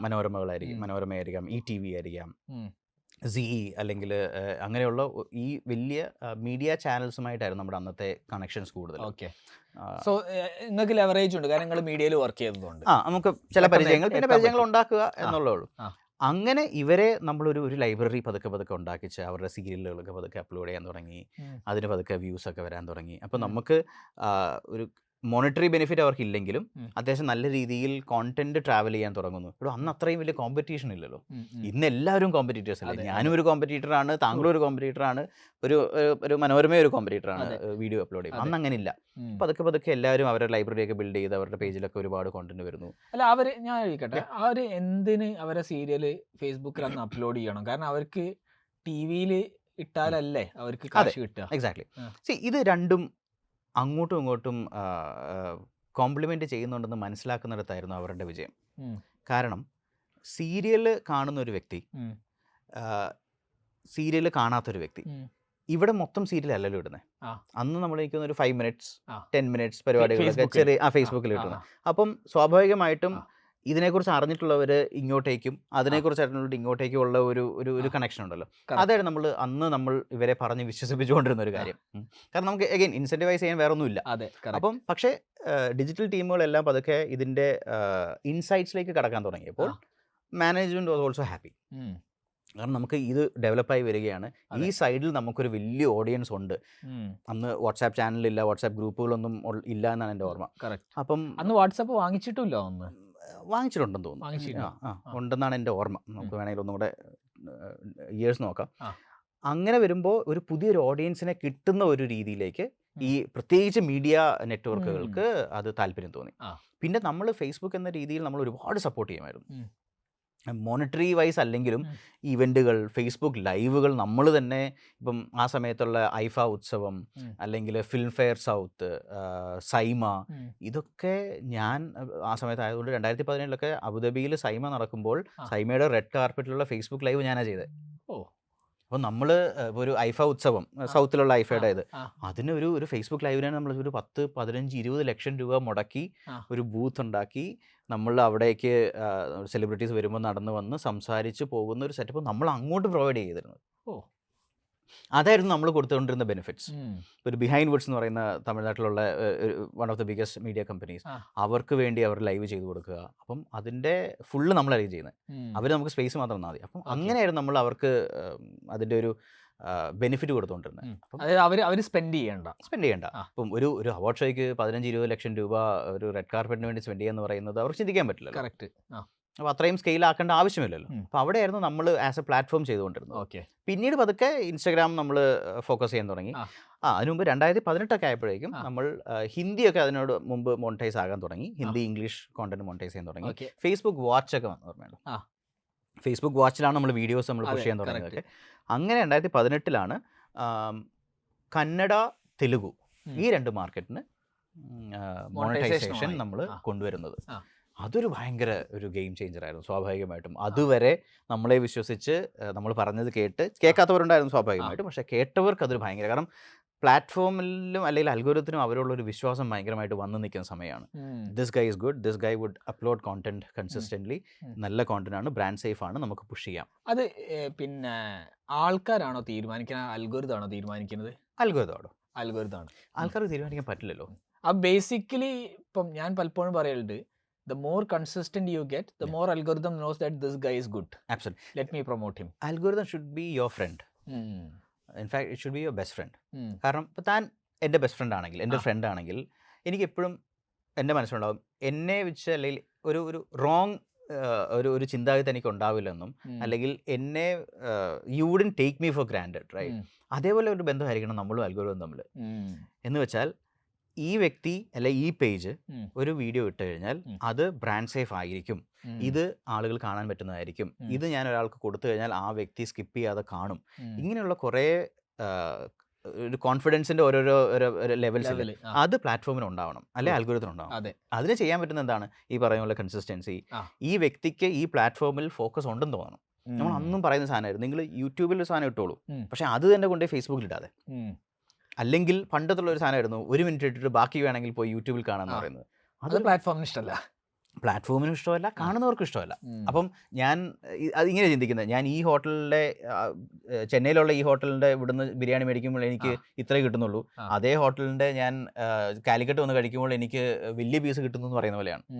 അപ്പം ഞാൻ കാലിക്കറ്റ് കഴിക്കാത്തതാണ് ഇപ്പം എൻ്റെ കുറ്റം എന്ന് പറയുന്ന പോലെ. അതെ, ഞാൻ യൂട്യൂബിൽ കണ്ടില്ല എന്നുള്ളത് കൊണ്ട് എനിക്ക് ഫേസ്ബുക്കിൽ നിങ്ങൾ തരാതിരിക്കുന്നത് ശരിയായിട്ടുള്ള കാര്യമല്ല. അങ്ങനെയാണ് ഒരുപാട് പേര് തുടങ്ങിയിരുന്നത്. നമ്മൾ അത് മാറ്റിയെടുത്തിട്ടാണ് നമ്മൾ സ്മാർട്ട് കട്ട്സും സ്മാർട്ട് എഡിറ്റ്സ് ഒക്കെ കൊണ്ടുവന്നിട്ട് നിങ്ങൾ അരമണിക്കൂർ അവിടെ ഇട്ടോളൂ, പക്ഷേ ഇങ്ങോട്ടേക്ക് ഒരു ബെസ്റ്റ് ആയിട്ടുള്ള 5 മിനിറ്റ്സ് ഇടും. ചുമ്മാ ഇടയ്ക്ക് കൊണ്ട് കട്ട് ചെയ്തിട്ട് ഇനി ബാക്കി യൂട്യൂബിൽ കാണാൻ പറഞ്ഞിട്ട് ഒരാൾ പോലും ഓക്കെ ഇതിൻ്റെ ബാക്കി ഞാൻ യൂട്യൂബിൽ കാണാമെന്ന് പറഞ്ഞിട്ട് ഈ ആപ്പ് ക്ലോസ് ചെയ്തിട്ട് യൂട്യൂബിൽ പോയി കാണുന്ന ഒരു രീതി ഉണ്ടായിരുന്നില്ല. ഇൻസൈറ്റ്സിലൊക്കെ നമുക്ക് അറിയാമല്ലോ, ഇന്റേണലി അറിയാമല്ലോ, അങ്ങനെ നടക്കുന്ന കേസല്ലായിരുന്നു. സ്വാഭാവികമായിട്ടും പ്ലാറ്റ്ഫോമും അത് പുഷ് ചെയ്യുന്നത് കുറയ്ക്കുമായിരുന്നു. അതെ. അപ്പോൾ അങ്ങനെയാണ് ആ വീഡിയോയുടെ ഒരു എവല്യൂഷൻ പതുക്കെ, ഒന്നുമില്ലാത്ത സ്ഥലത്ത് വെറും പിക്ചേഴ്സും ഫോട്ടോസും മാത്രം ഉണ്ടായിരുന്ന അല്ലെങ്കിൽ ഇമേജസ് ഉണ്ടായിരുന്നതിൽ നിന്നും വീഡിയോ പതുക്കെ ഇടാൻ തുടങ്ങി. അങ്ങനെ 2018 ആയപ്പോൾ മോണിറ്റൈസേഷൻ വരുന്നു. 2019 മലയാളം തമിഴിനും കൂടെ മോണിറ്റൈസേഷൻ വരുന്നു. അങ്ങനെ നമ്മുടെ ജീവിതം ഒരു ഫുൾ സർക്കിളായി, നമ്മൾ വന്ന കാര്യം നടന്നു എന്നുള്ളത്. ഇൻ്റർവ്യൂവിൻ്റെ സമയത്ത് ഞാൻ സൗരദോഷിക്ക് കൊടുത്തൊരു വാക്കായിരുന്നു, രജനീകാന്ത് സാറിനെ ഇൻസ്റ്റാഗ്രാമിൽ കൊണ്ടുവരാം അല്ലെങ്കിൽ ഫേസ്ബുക്കിൽ കൊണ്ടുവരാം എന്നുള്ളത്. കാരണം ആ സമയത്ത് പുള്ളി ട്വിറ്ററിൽ മാത്രമേ ഉണ്ടായിരുന്നുള്ളൂ. അപ്പോൾ ട്വിറ്റർ അത് ഭയങ്കര ആഘോഷിച്ചു. അപ്പം രജനീകാന്ത് ഫോളോവേഴ്സ് ട്വിറ്ററിന് പകരം അവർ ട്വിറ്റർ ഫോളോവേഴ്സ് രജനീകാന്ത് എന്നൊക്കെ പറഞ്ഞൊരു വലിയ ഇതൊക്കെ ഹെഡ്ലൈനൊക്കെ വന്നൊരു സമയമുണ്ടായി അതിനൊക്കെ മുമ്പ്. അപ്പോൾ പുള്ളിക്ക് അങ്ങനെ ഒരു ആഗ്രഹം ഉണ്ടായിരുന്നു രജനി സാറിനെ ഇങ്ങനെ കൊണ്ടുവരണം. അപ്പം അതും എനിക്കൊന്ന് ആ ഒരു സമയമാകുമ്പോഴത്തേക്കിന് നടക്കുന്നു. രജനിയുടെ വീട്ടിൽ പോകുന്നു, സൗന്ദര്യ രജനീകാന്തും ഒക്കെ ആയിട്ട് സംസാരിക്കുന്നു. പുള്ളി മറ്റേ ഞങ്ങൾ ഇങ്ങനെ സംസാരിച്ചിരിക്കും, പുള്ളി മറ്റേ ഇങ്ങനെ വരുന്നു, ഭയങ്കര സിനിമാറ്റിക് ആയിരുന്നു. അത് ഇങ്ങനെയൊന്നും പറഞ്ഞാൽ തീരില്ല, പുള്ളി വരുന്നു, നമ്മൾ പോലും അറിയാതെ. പുള്ളിയുടെ ഒരു ഓറ ഉണ്ടല്ലോ, നമ്മളത് ഓരോരുത്തരും വെറുതെ പറയുന്നതല്ല. പുള്ളി ഇങ്ങനെ നടന്നു വന്ന് ഇങ്ങനെ കയറും, നമ്മൾ 3 പേര് അറിയാതെ ഇങ്ങനെ എഴുന്നേറ്റ് പോകും. എഴുന്നേറ്റ് പോയിട്ട് ഭയങ്കര ജീവിതത്തിൽ ആദ്യമായിട്ടല്ലേ പുള്ളി കാണുന്നതും. അപ്പം നമ്മൾ എത്രത്തോളം മറ്റേ ജോലിയാണ്, ഫേസ്ബുക്കാണ്, നമ്മൾ പ്രൊഫഷണൽ എന്ന് പറഞ്ഞാൽ നമ്മുടെ ഉള്ളിൻ്റെ ഉള്ളിൽ ഒരു ഫോട്ടോ ഞാൻ ജീവിതത്തിൽ എനിക്ക് ഒരു ഫോട്ടോ ഞാൻ അങ്ങനെ ഇട്ടിട്ടുള്ളൂ. ആ ഫോട്ടോ ഇൻസ്റ്റാഗ്രാമിൽ കിടപ്പുണ്ട്. ഞാൻ നിൽക്കുന്നത് ഇങ്ങനെയാണ്, പുള്ളിയുടെ അത് ശരിക്കും എനിക്ക് നേരെ നിൽക്കാൻ പോലും പറ്റാത്തതായിരുന്നു. പക്ഷേ ഏറ്റവും രസം പുള്ളി മറ്റു 2 പേരെ പരിചയപ്പെട്ടിട്ട് എൻ്റെ അടുത്ത് കൈ തന്നിട്ട്, അത് പുള്ളി എന്തുകൊണ്ട് ചോദിച്ചെന്ന് അറിയത്തില്ല, നമ്മൾ ഇത് മുന്നാടി മീറ്റ് പണിയിരിക്കുമല്ലേ, നമ്മൾ മുമ്പ് മീറ്റ് ചെയ്തിട്ടില്ലേ എന്നുള്ളതിൽ എനിക്ക് ഇല്ല എന്ന് പറയാനായിട്ട് പേടിയായിരുന്നു. മീറ്റ് ചെയ്തിട്ടില്ലെന്ന് എനിക്കറിയാം, പക്ഷെ പുള്ളി ഒരാൾ ചോദിക്കുമ്പോൾ എന്തിനാ മീറ്റ് ചെയ്തിട്ടില്ലെന്ന് പറയുന്നത്, ആമാ മീറ്റ് പണിയിരുന്നു, ഞാൻ വെറുക്കുന്നു. പുള്ളി കഴിയുന്നു ഒരു പിടിയില്ല. ഇനിയിപ്പോൾ പുള്ളിൻ്റെ ഭാര്യ വല്ലതും കണ്ടിട്ടുണ്ടോ എന്ന് അറിയത്തില്ല, അതല്ലാതെ ഒരു സാധ്യതയില്ല. പക്ഷേ അതൊരു വളരെ മെമ്മറബിൾ ആയിട്ടുള്ള മോനായിരുന്നു. നിങ്ങൾ ഫേസിങ് പുള്ളി അകത്തോട്ട് പോയത്. അപ്പോൾ പെട്ടെന്ന് മറ്റേ പുള്ളി എൻ്റെ മാനേജർ ഒരു ഫോട്ടോ എടുത്തിട്ട് ചോദിച്ചു. അങ്ങനെയാണ് പുള്ളിയുടെ ഒരു ഫോട്ടോ വരുന്നത്. പക്ഷേ ഏറ്റവും രസം മറ്റേ അവിടുന്ന് ഇറങ്ങി ഞങ്ങൾ പോയത് കമലഹാസൻ സാറിൻ്റെ മറ്റേ ഇതിലേക്ക്, രാജ്കമലിൻ്റെ ഓഫീസിലേക്ക്. ഒരേ ദിവസം തമിഴ്നാട്ടിലെ അല്ലെങ്കിൽ ഇന്ത്യയിലെ അല്ലെങ്കിൽ ലോകത്തെ ടോപ്പായിട്ടുള്ള 2 പേര്, ഒരാളുടെ വീട്ടിൽ നിന്ന് അടുത്ത കമൽ സാറിൻ്റെ വീട്ടിൽ അവിടെ ഓഫീസിൽ നിന്ന് നല്ല ബിരിയാണി പുള്ളി മേടിച്ച് വന്ന് കഴിച്ച് ഇതുപോലെ പുള്ളിയോട് ഇരുന്ന് സംസാരിക്കാൻ പറ്റി. അതൊക്കെ 2 ഫേസ്ബുക്ക് ലൈവ് പോയി, 2 ലോഞ്ച് ചെയ്യിക്കാനായിട്ടുള്ളായിരുന്നു. ആ സമയത്ത് 2 പേരും പൊളിറ്റിക്സിലേക്ക് പതുക്കെ ഒരു എൻട്രി ഉള്ള സമയമായിരുന്നു. അപ്പോൾ 2 പേർക്കും പ്ലാറ്റ്ഫോമിന്റെ ഒരു ഇത് ഭയങ്കരമായിട്ട് വേണമായിരുന്നു. അന്നത്തെ അവരുടെ ചിന്താഗതികൾ വേറെയായിരുന്നു, മറ്റേ പാർട്ടിക്ക് അല്ലെങ്കിൽ പൊളിറ്റിക്സിന് വേണ്ടിയുള്ള അവരുടെ ഇതിനു വേണ്ടിയായിരുന്നു. പക്ഷേ ആ ഒരു മീറ്റിംഗ് അതിനു വേണ്ടിയായിരുന്നു. അപ്പോൾ 2 പേരും ഒരേ സമയത്ത് നിങ്ങളെ അലൈൻ ചെയ്തതാണോ, ഇവർക്കത് ആവശ്യമുണ്ട് എന്ന് മനസ്സിലാക്കിയിട്ട്? ആവശ്യമുണ്ടെന്നും പിന്നെ അവർ നമ്മളെ റീച്ച് ഔട്ട് ചെയ്തതും ഇത് just happening at the same time, right time എന്ന് പറഞ്ഞ പോലെ അങ്ങനെ വന്നു. അങ്ങനെ ഈ സൈഡിൽ ഇവർ ഇൻസ്റ്റാഗ്രാം അക്കൗണ്ടുകളും ഫേസ്ബുക്ക് പേജുകളും ഉണ്ടാക്കുന്നു. രജനി സാർ ഓൺ ബോർഡ് ആവുന്നു. അതൊരു ഭയങ്കര മൊമെന്റ് ആയിരുന്നു നമുക്ക്. ഓക്കെ, അപ്പം പിന്നെ നിങ്ങൾ ഇൻസ്റ്റാഗ്രാമിൽ വന്നു, ഇനി റീൽസ് ആണ് ഇതിനെ പറപ്പിച്ചെന്നാണ് ഞാൻ മനസ്സിലാക്കുന്നത്. സോ ഹൗ ആ ഒരു എവല്യൂഷൻ എങ്ങനെയായിരുന്നു? റീൽസിന്റെ എവല്യൂഷൻ എന്ന് പറയുമ്പോൾ ഈവൻ പ്ലാറ്റ്ഫോമിന് പോലും അൺഎക്സ്പെക്റ്റഡ് ആയിരുന്നു. എന്ന് വെച്ചാൽ റീൽസ് വലുതാകുമെന്ന് അറിയാമായിരിക്കാം, പക്ഷേ റീൽസ് നമ്മൾ ലോഞ്ച് ചെയ്തതിന് മുമ്പ് എനിക്ക് തോന്നുന്നു 1-2 അല്ലെ കുറേ മാസങ്ങൾ നമ്മൾ ഇന്റേണലി സ്വാഭാവികമായിട്ടും നമ്മൾ വേറൊരു പേരിൽ ആ ആപ്പ് നമ്മൾ ടെസ്റ്റ് ചെയ്ത് നോക്കുമല്ലോ. അപ്പോൾ അന്നൊന്നും ടെസ്റ്റ് ചെയ്ത് നോക്കാൻ നമുക്ക് വലിയ സംഭവമായിട്ട് തോന്നിയിട്ടില്ല. അന്ന് ടിക്ടോക്ക് മറ്റേ ഇങ്ങനെ അരങ്ങുവാണ് ഇരിക്കുന്ന സമയമാണ് ഇന്ത്യയിൽ. കോവിഡ് സമയമായി. പെട്ടെന്നാണ് ടിക്ടോക്ക് ബാൻ ആകുന്ന ഒരു ഇതിലേക്ക് എത്തുന്നത്. അപ്പം നമ്മൾ എനിക്ക് തോന്നുന്നു ഒരു 6 മാസം കൊണ്ട് ചെയ്യേണ്ട കാര്യം പടപടപടയും ഒരാൾ പോലും ഫിസിക്കലി അങ്ങോട്ടും ഇങ്ങോട്ടും കാണാതെ, ഞാൻ കോട്ടയത്ത് നീലിമംഗലത്ത് വീട്ടിലിരിക്കുമ്പോഴാണ് നമ്മൾ ഇതിൻ്റെ ഡിസ്കഷൻ വരുന്നത്. ആലോചിച്ച് നോക്കി, സൗത്ത് ഇന്ത്യയിൽ റീല് വരുന്നത് നമ്മൾ ലോഞ്ച് ചെയ്യുന്നത് കോട്ടയത്ത് നീലിമംഗലം സ്ഥലത്തിരുന്നിട്ടാണ്. നമുക്ക് വലിയ പരിചയമല്ല. ഞാൻ റിമോട്ട് എംപ്ലോയി 7.5 വർഷം ഞാൻ റിമോട്ട് എംപ്ലോയി ആയിരുന്നു. ഓ, 8 വർഷത്തിൽ 7 വർഷം ഞാൻ എൻ്റെ സ്വന്തം വീട്ടിൽ എൻ്റെ ഭാര്യയുടെയും മകൻ്റെയും മുഖം കണ്ടു തന്നെയാണ് ജീവിച്ചത് എല്ലാ ദിവസവും. അവരുടെ കഷ്ടപ്പാടാണ് ഞാൻ ആലോചിക്കുന്നത്. അപ്പോൾ അങ്ങനെ പെട്ടെന്ന് ടിക്ടോക്ക് ബാൻ ആവുന്നു. നമുക്ക് അടുത്ത മാസം തന്നെ റീൽസിന് ലോഞ്ച് ഉണ്ടെന്ന് കമ്പനി. പക്ഷെ നിങ്ങൾ നേരത്തെ അറിഞ്ഞിട്ടൊന്നുമില്ല ടിക്ടോക്ക് ബാൻ ആവും? ഇല്ലല്ലോ, അത് നമ്മൾ അങ്ങനെ പല സ്പെക്കുലേഷൻസ് ഉണ്ടെങ്കിൽ അങ്ങനെ ഒരിക്കലും ഇല്ല. നമ്മള് കാരണം ഞാൻ അവിടെ ഇരുന്ന ആളല്ലേ, നമ്മൾ ഒരു സുപ്രഭാതത്തിൽ നമ്മളോട് പറയാണ് ഓക്കെ ടിക്ടോക്ക് ബാൻ ആയി, ഓപ്പർച്യൂണിറ്റി ഉണ്ട്, ഇനിയിപ്പോൾ നമ്മൾ 6 മാസം കൊണ്ട് പ്ലാൻ ചെയ്തതെല്ലാം നമ്മൾ ഒറ്റയടിക്ക് 1 മാസം കൊണ്ട് തീർക്കണം. അതെന്ന് പറഞ്ഞാൽ വെറുതെ ചെയ്താൽ പോരാ. ആ സമയത്ത് ടിക്ടോക്കിൽ സെലിബ്രിറ്റീസ് വളരെ കുറവായിരുന്നു. കാരണം അൺഫോർച്ചുനേറ്റ്ലി അത് ഈ എന്താ പറയുന്നത്, ഒരു സെക്കൻഡ് ഗ്രേഡ് കോണ്ടന്റ് ക്രിയേറ്റ് ചെയ്യുന്ന ആളുകളാണ് എന്ന് പറഞ്ഞ് ചിന്തിച്ചത് കൊണ്ടായിരിക്കാം. I mean not against anything or anyone. ഒരു സെലിബ്രിറ്റീസ് പൊതുവെ ഉണ്ടായിരുന്നില്ല ടിക്ടോക്കിൽ, ശ്രദ്ധിച്ചാൽ അറിയാം. എല്ലാവരും ഇൻസ്റ്റാഗ്രാമിലായിരുന്നു ഉണ്ടായിരുന്നത്. പക്ഷെ അപ്പോൾ അതിന് നമ്മുടെ പേടി, നമ്മൾ റീൽസ് കൊണ്ടുവരുമ്പോൾ ഇതേപോലെ സെലിബ്രിറ്റീസ് ചിന്തിക്കാൻ തുടങ്ങിക്കഴിഞ്ഞാൽ ഇത് മുമ്പോട്ട് പോകും, അവരിറങ്ങി പോവുമെന്ന്. കാരണം നമുക്ക് അങ്ങനെയുള്ള ഹീറോ കോണ്ടന്റ് വേണമല്ലോ, അതുണ്ടെങ്കിലേ ബാക്കിയുള്ളവർ അത് റെപ്ലിക്കേറ്റ് ചെയ്യുള്ളൂ. കാരണം ക്രിയേറ്റേഴ്സ് ഒക്കെ വളർന്നു വരുന്നേ ഉള്ളൂ. റീൽസ് വരാത്തത് കൊണ്ട് തന്നെ ക്രിയേറ്റേഴ്സ് പിന്നെ പേരില്ല. ഇല്ല, ആബ്സല്യൂട്ട്ലി. അപ്പം പിന്നെ ഉണ്ട്, ഇപ്പം സുജിത് ഭക്തനും ഇബാദു റഹ്മാനും ഒക്കെ ഫേസ്ബുക്കിൽ പല കാര്യങ്ങളൊക്കെ ചെയ്യുന്ന ഒരു സമയമുള്ളൂ, വളരെ കുറച്ച് പേരേ ഉള്ളൂ. ക്രിയേറ്റേഴ്സ് ഇല്ലെന്ന് പറയാൻ പറ്റില്ല, പക്ഷെ ഫേസ്ബുക്ക് പ്ലാറ്റ്ഫോമിൽ ഉണ്ടായിരുന്നു. ഞാൻ ക്രിയേറ്റേഴ്സ് ആ ഒരു ടേം ഇത്ര പോപ്പുലർ ആയിരുന്നു. ഇല്ല, നമ്മൾ ഈവൻ മീഡിയ പാർട്ട്ണർഷിപ്സ് മാത്രമായിരുന്നു നമ്മൾ ഈ ഒരു നമ്മുടെ ടീമിനെ പോലും പറഞ്ഞുകൊണ്ടിരുന്നത്. 2017 ഞാൻ കൊച്ചിയിലൊക്കെ നമ്മൾ ക്രിയേറ്റേഴ്സിന് വിളിക്കാതെ തന്നെ നമ്മൾ മീറ്റപ്പ് ഒക്കെ ചെയ്തിട്ടുണ്ട്, ആദ്യത്തെ ഇതൊക്കെ ചെയ്തിട്ടുണ്ട്. അപ്പൊ ടിക്ടോക്ക് ബാൻ ആവുന്നു, എത്രയും പെട്ടെന്ന് സാധനം ലോഞ്ച് ചെയ്യണം, ഓപ്പർച്യൂണിറ്റി ആണ്. അപ്പം ടിക്ടോക്ക് ബാൻ ആയതുകൊണ്ടല്ല റീൽസ് വന്നത് എന്നുള്ളത് നമ്മൾ മനസ്സിലാക്കേണ്ടത്. എന്തായാലും ഉണ്ടായിരുന്നതാണ്. നമ്മൾ പല AI എന്ന് പറഞ്ഞാണ് നമ്മൾ ഇത്രയും പേര് AI എങ്ങനെയാണ് ഉണ്ടാക്കുന്നത്, അത് ഓൾറെഡി എല്ലാവരും ചെയ്തുകൊണ്ടിരുന്ന സമയത്താണ് അത്, അങ്ങനെയാണല്ലോ ഇത് ബൂം ആവുന്നത്. അപ്പോൾ അതേപോലെ റീൽസ് അപ്പോൾ നമ്മൾ 1 മാസം ഇറക്കണം, നമുക്ക് സെലിബ്രിറ്റീസിൻ്റെ പ്രസൻസ് വേണം. അപ്പോൾ നമുക്കിനി ചെയ്യാൻ പറ്റുന്ന എന്താണ്, അപ്പോൾ അന്ന് ക്രിയേറ്റേഴ്സ് എന്ന രീതിയിൽ നമുക്ക് റീൽസ് അല്ലെങ്കിൽ ഇൻസ്റ്റാഗ്രാമിൽ അങ്ങനെ ആരും ഇല്ലല്ലോ വലുതായിട്ട്. അപ്പോൾ നമ്മൾ പതുക്കെ ഏറ്റവും ആദ്യം തന്നെ എല്ലാ സെലിബ്രിറ്റീസുമായിട്ട് നമ്മുടെ ബന്ധങ്ങൾ ഉപയോഗിച്ച് അവരോട് സംസാരിക്കുക. അതിപ്പം ലാൽ സാറൊക്കെ ആ സമയത്ത് റീൽസ് ഇറങ്ങിയതിന് ശേഷം പാവം കഷ്ടപ്പെട്ട് ജിമ്മിൽ ഞാൻ എത്ര മറ്റേ ഡമ്പലൊക്കെ പൊക്കിച്ചിട്ടുണ്ടെന്ന് അറിയാവോ, കോണ്ടന്റ് വേണ്ടേ. സ്റ്റാർട്ടിങ് ടൈമിലൊക്കെ പുഷ് ചെയ്യണം. അബ്സല്യൂട്ട്ലി. അന്ന് ലാൽ സാറൊക്കെ ഭയങ്കര സപ്പോർട്ട് ചെയ്തിട്ടുണ്ട്. ലാൽ സാറും മലയാളത്തിലും തമിഴിലും ഒക്കെ എല്ലാവരും സപ്പോർട്ട് ചെയ്തിട്ടുണ്ട്. ഒരു ഗുണം എന്ന് പറഞ്ഞത്, ഇപ്പം ടിക്ടോക്ക് എന്ന് പറയുമ്പോൾ അതൊരു ആപ്പ് നമ്മൾ ഇനി സെപ്പറേറ്റ് ഡൗൺലോഡ് ചെയ്യണം എന്നൊരു സാധനം ഉണ്ടായിരുന്നു. ഇവരൊക്കെ ഓൾറെഡി ഇൻസ്റ്റാഗ്രാമിലുണ്ട്. നമുക്ക് ഒറ്റൊരു ഇതേ ഉണ്ടായിരുന്നുള്ളൂ, റീൽസ് ഒരു സെപ്പറേറ്റ് ആപ്പായിട്ട് വരരുത് എന്നൊരു ആഗ്രഹം നമുക്ക് ഇന്റേണലി നമ്മളുടെ ടീമിനുണ്ടായിരുന്നു. കാരണം അങ്ങനെ ഒന്നും ഞാൻ മെനക്കേടാ, ഇത് ഡൗൺലോഡ് ചെയ്യിക്കുക എന്നിട്ട് ഉപയോഗിക്കുക എന്ന് പറയുന്നത് നടക്കുന്ന കേസല്ല. ഡൗൺലോഡ് ചെയ്യിപ്പിക്കുക ഭയങ്കര സംഭവമാണുള്ളത്, പലർക്കും അറിയില്ല. അതെ, ആപ്പ് ഡൗൺലോഡ് ചെയ്യിപ്പിക്കുക അബ്സല്യൂട്ട്ലി. എത്ര നമ്മൾ ഒരു ക്യാമ്പയിൻ റൺ ചെയ്യുമ്പോൾ തന്നെ 10-50 രൂപയൊക്കെ ചിലപ്പോൾ മുടക്കേണ്ടി വരും ഒരു ഡൗൺലോഡിന് വേണ്ടി, അല്ലെ അതിൽ കൂടുതൽ പോലും മുടക്കേണ്ടി വരും. അങ്ങനെ ഇവരോടൊക്കെ നമ്മൾ പറയുകയും സംസാരിക്കുകയും, അപ്പോൾ ആ ഒരു ബന്ധം നമ്മൾ അതിന് മുമ്പുള്ളൊരു 16 തൊട്ട് ഉണ്ടാക്കി വെച്ചത് കൊണ്ട് പറയുകയും അവർക്ക് പതുക്കെ അത് ഇഷ്ടമാവുകയും. അപ്പം അതിനു മുമ്പാണ് സ്റ്റോറീസ് ഒക്കെ ഇറങ്ങുന്നത്.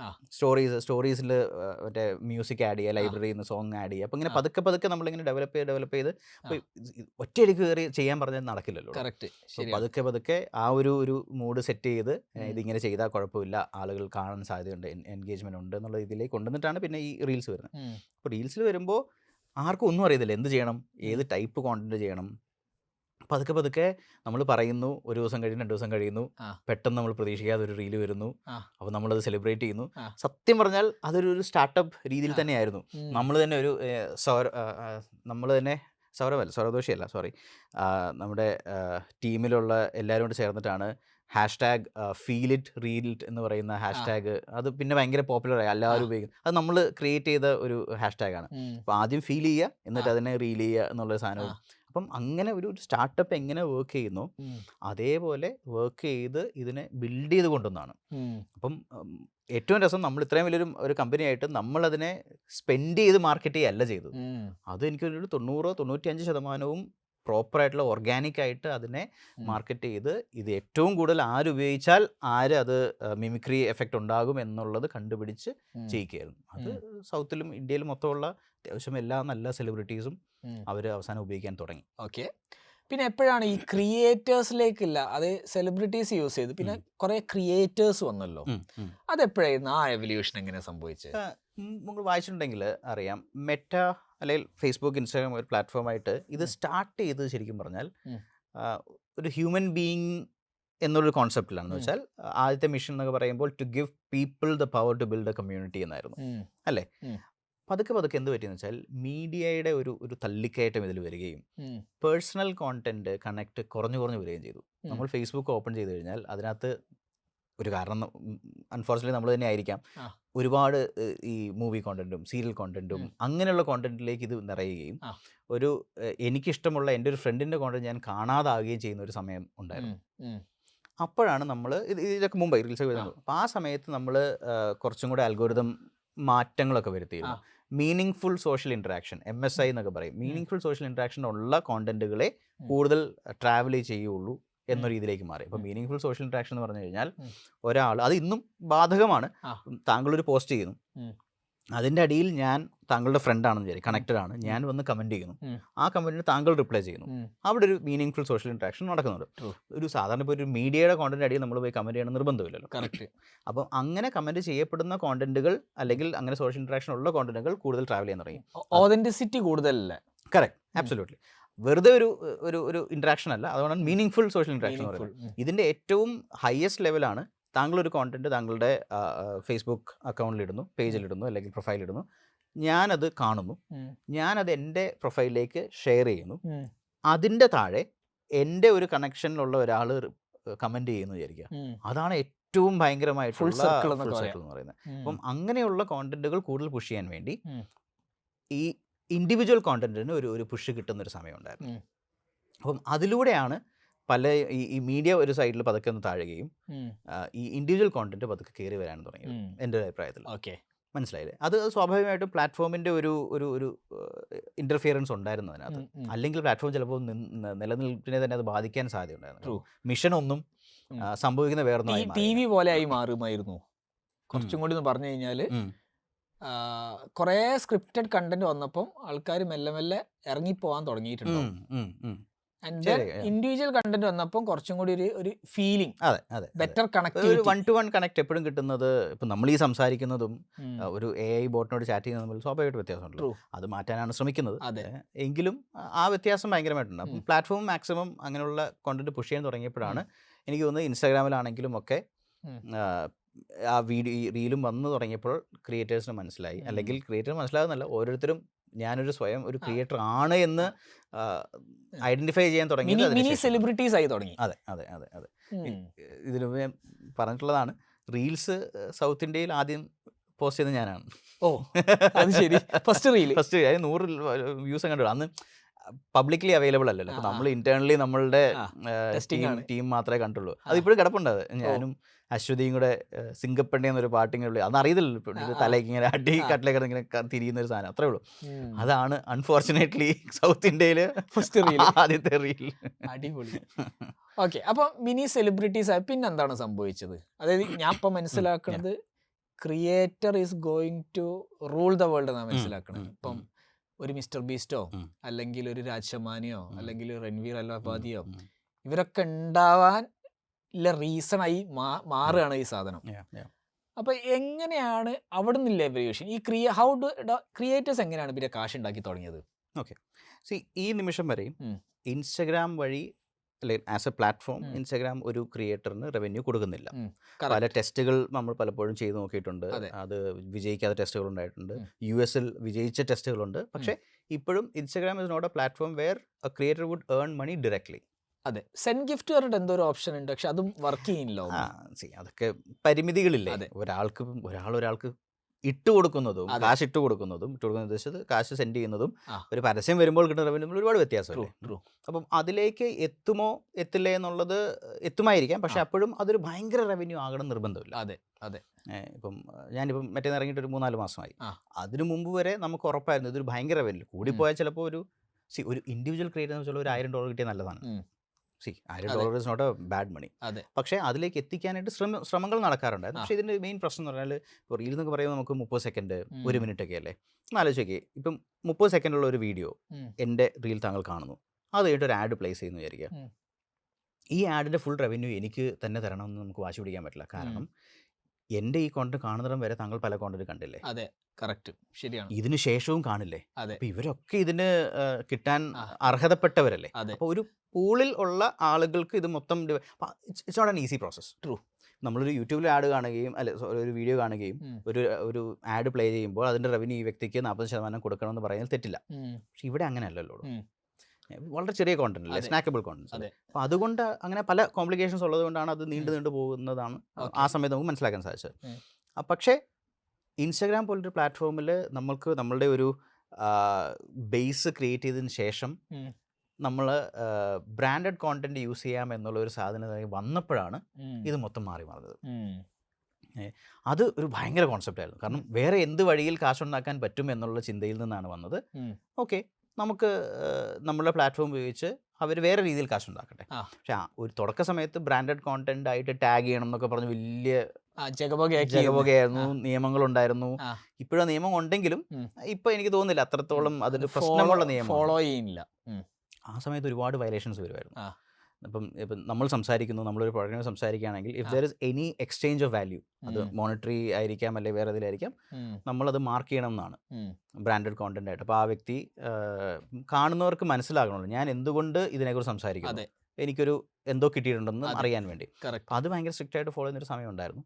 പക്ഷെ പിന്നീട് എനിക്ക് തോന്നുന്നു അതൊക്കെ മാറി. ഇപ്പോൾ നമ്മൾ എത്രയോ ഓൾമോസ്റ്റ് എല്ലാ റീലുകളിലും നമ്മൾ ബ്രാൻഡ് കോണ്ടന്റ് വരുന്നത് ടാഗ് ചെയ്തിട്ടല്ലല്ലോ, കൊളാബ് ചെയ്യുന്നു. അതൊന്നും ചെയ്തില്ലെങ്കിലും പ്രശ്നമില്ല.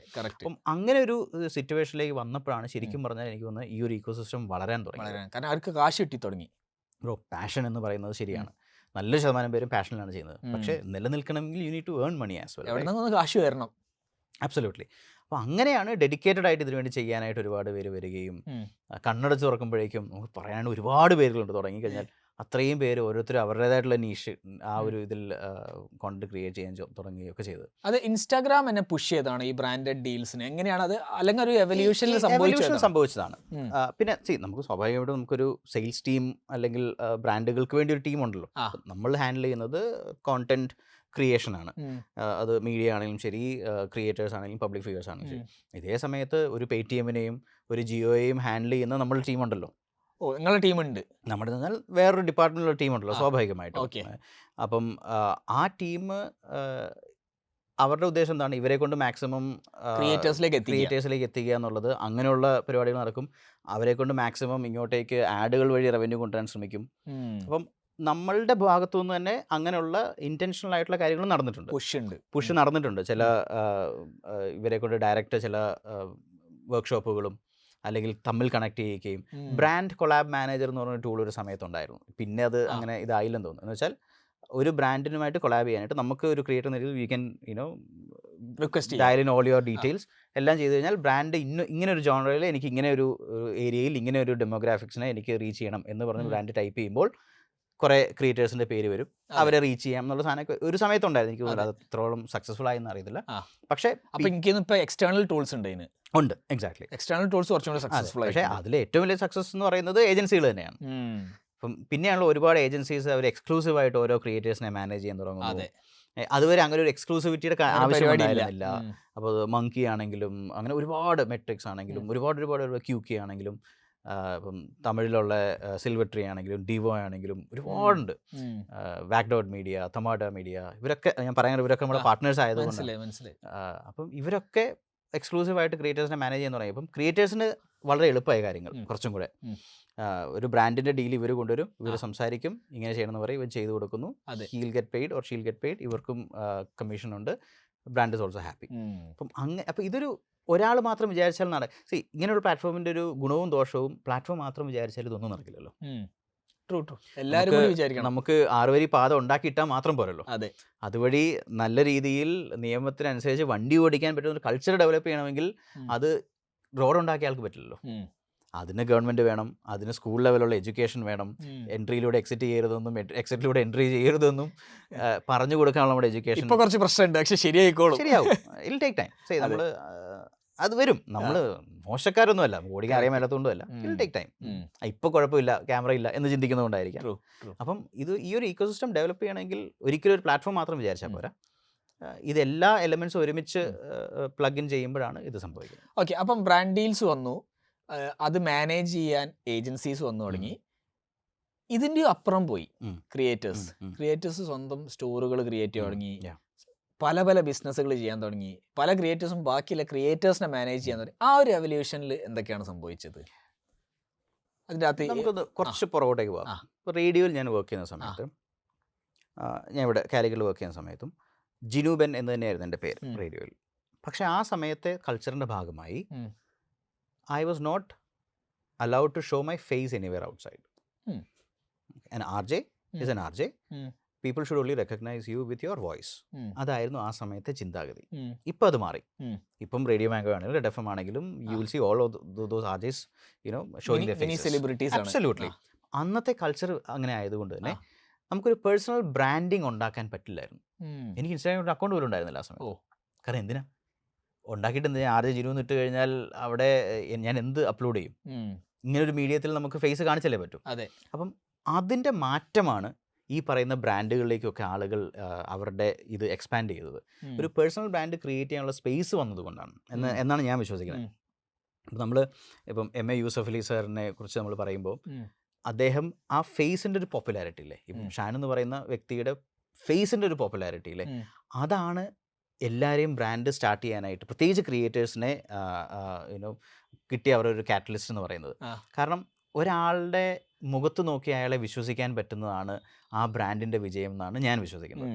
അപ്പം ഞാൻ തൻ്റെ മുമ്പിലിരുന്ന് ഇവിടെ ഇരുന്ന് പറയുന്നത്, ഒരു വീഡിയോ ഓഫ് ചെയ്തിട്ടുള്ളൊരു സൂമിലാണ് പറയുന്നതെങ്കിൽ ഞാൻ ഈ പറയുന്ന, ഞാൻ കള്ളത്തരമാണെങ്കിലും മണ്ടത്തരമാണെങ്കിലും ഇപ്പം ഞാൻ ഈ പറയുന്നത് താങ്കൾ വിശ്വസിക്കുന്നുണ്ടെങ്കിൽ അതെൻ്റെ മുഖത്ത് നോക്കി, എൻ്റെ കണ്ണിൽ നോക്കി കേൾക്കുന്നുണ്ടല്ലേ. കറക്റ്റ്. അപ്പം ആ സാധനം ഒരു ബ്രാൻഡ് തുടങ്ങുന്നതിന് മുമ്പ് സ്വയം ഒരു ബ്രാൻഡായിട്ട്, എല്ലാവരും പറയുന്ന സാധനം തന്നെയാണ്, സ്വയം ഒരു ബ്രാൻഡായിട്ട് ബിൽഡ് ചെയ്ത് ആ ഒരു വിശ്വാസം കൊണ്ടുവരാനായിട്ട് റീൽസിൽ വീഡിയോ ഓപ്ഷൻ ഭയങ്കരമായിട്ട് ഹെൽപ്പ് ചെയ്തു. പേഴ്സണൽ ബ്രാൻഡ്സ് ബിൽഡ് ചെയ്യാൻ. അബ്സല്യൂട്ട്ലി. ഇപ്പോൾ നമ്മൾ ചില ക്യാരക്ടേഴ്സ് നമ്മൾ സിനിമയിൽ അഭിനയിക്കുമ്പോൾ ആ ക്യാരക്ടർ വെച്ച് നമ്മളോട് ഇടപെടുന്നവരില്ലേ, അത് തെറ്റാണെങ്കിലും ഉണ്ടല്ലോ.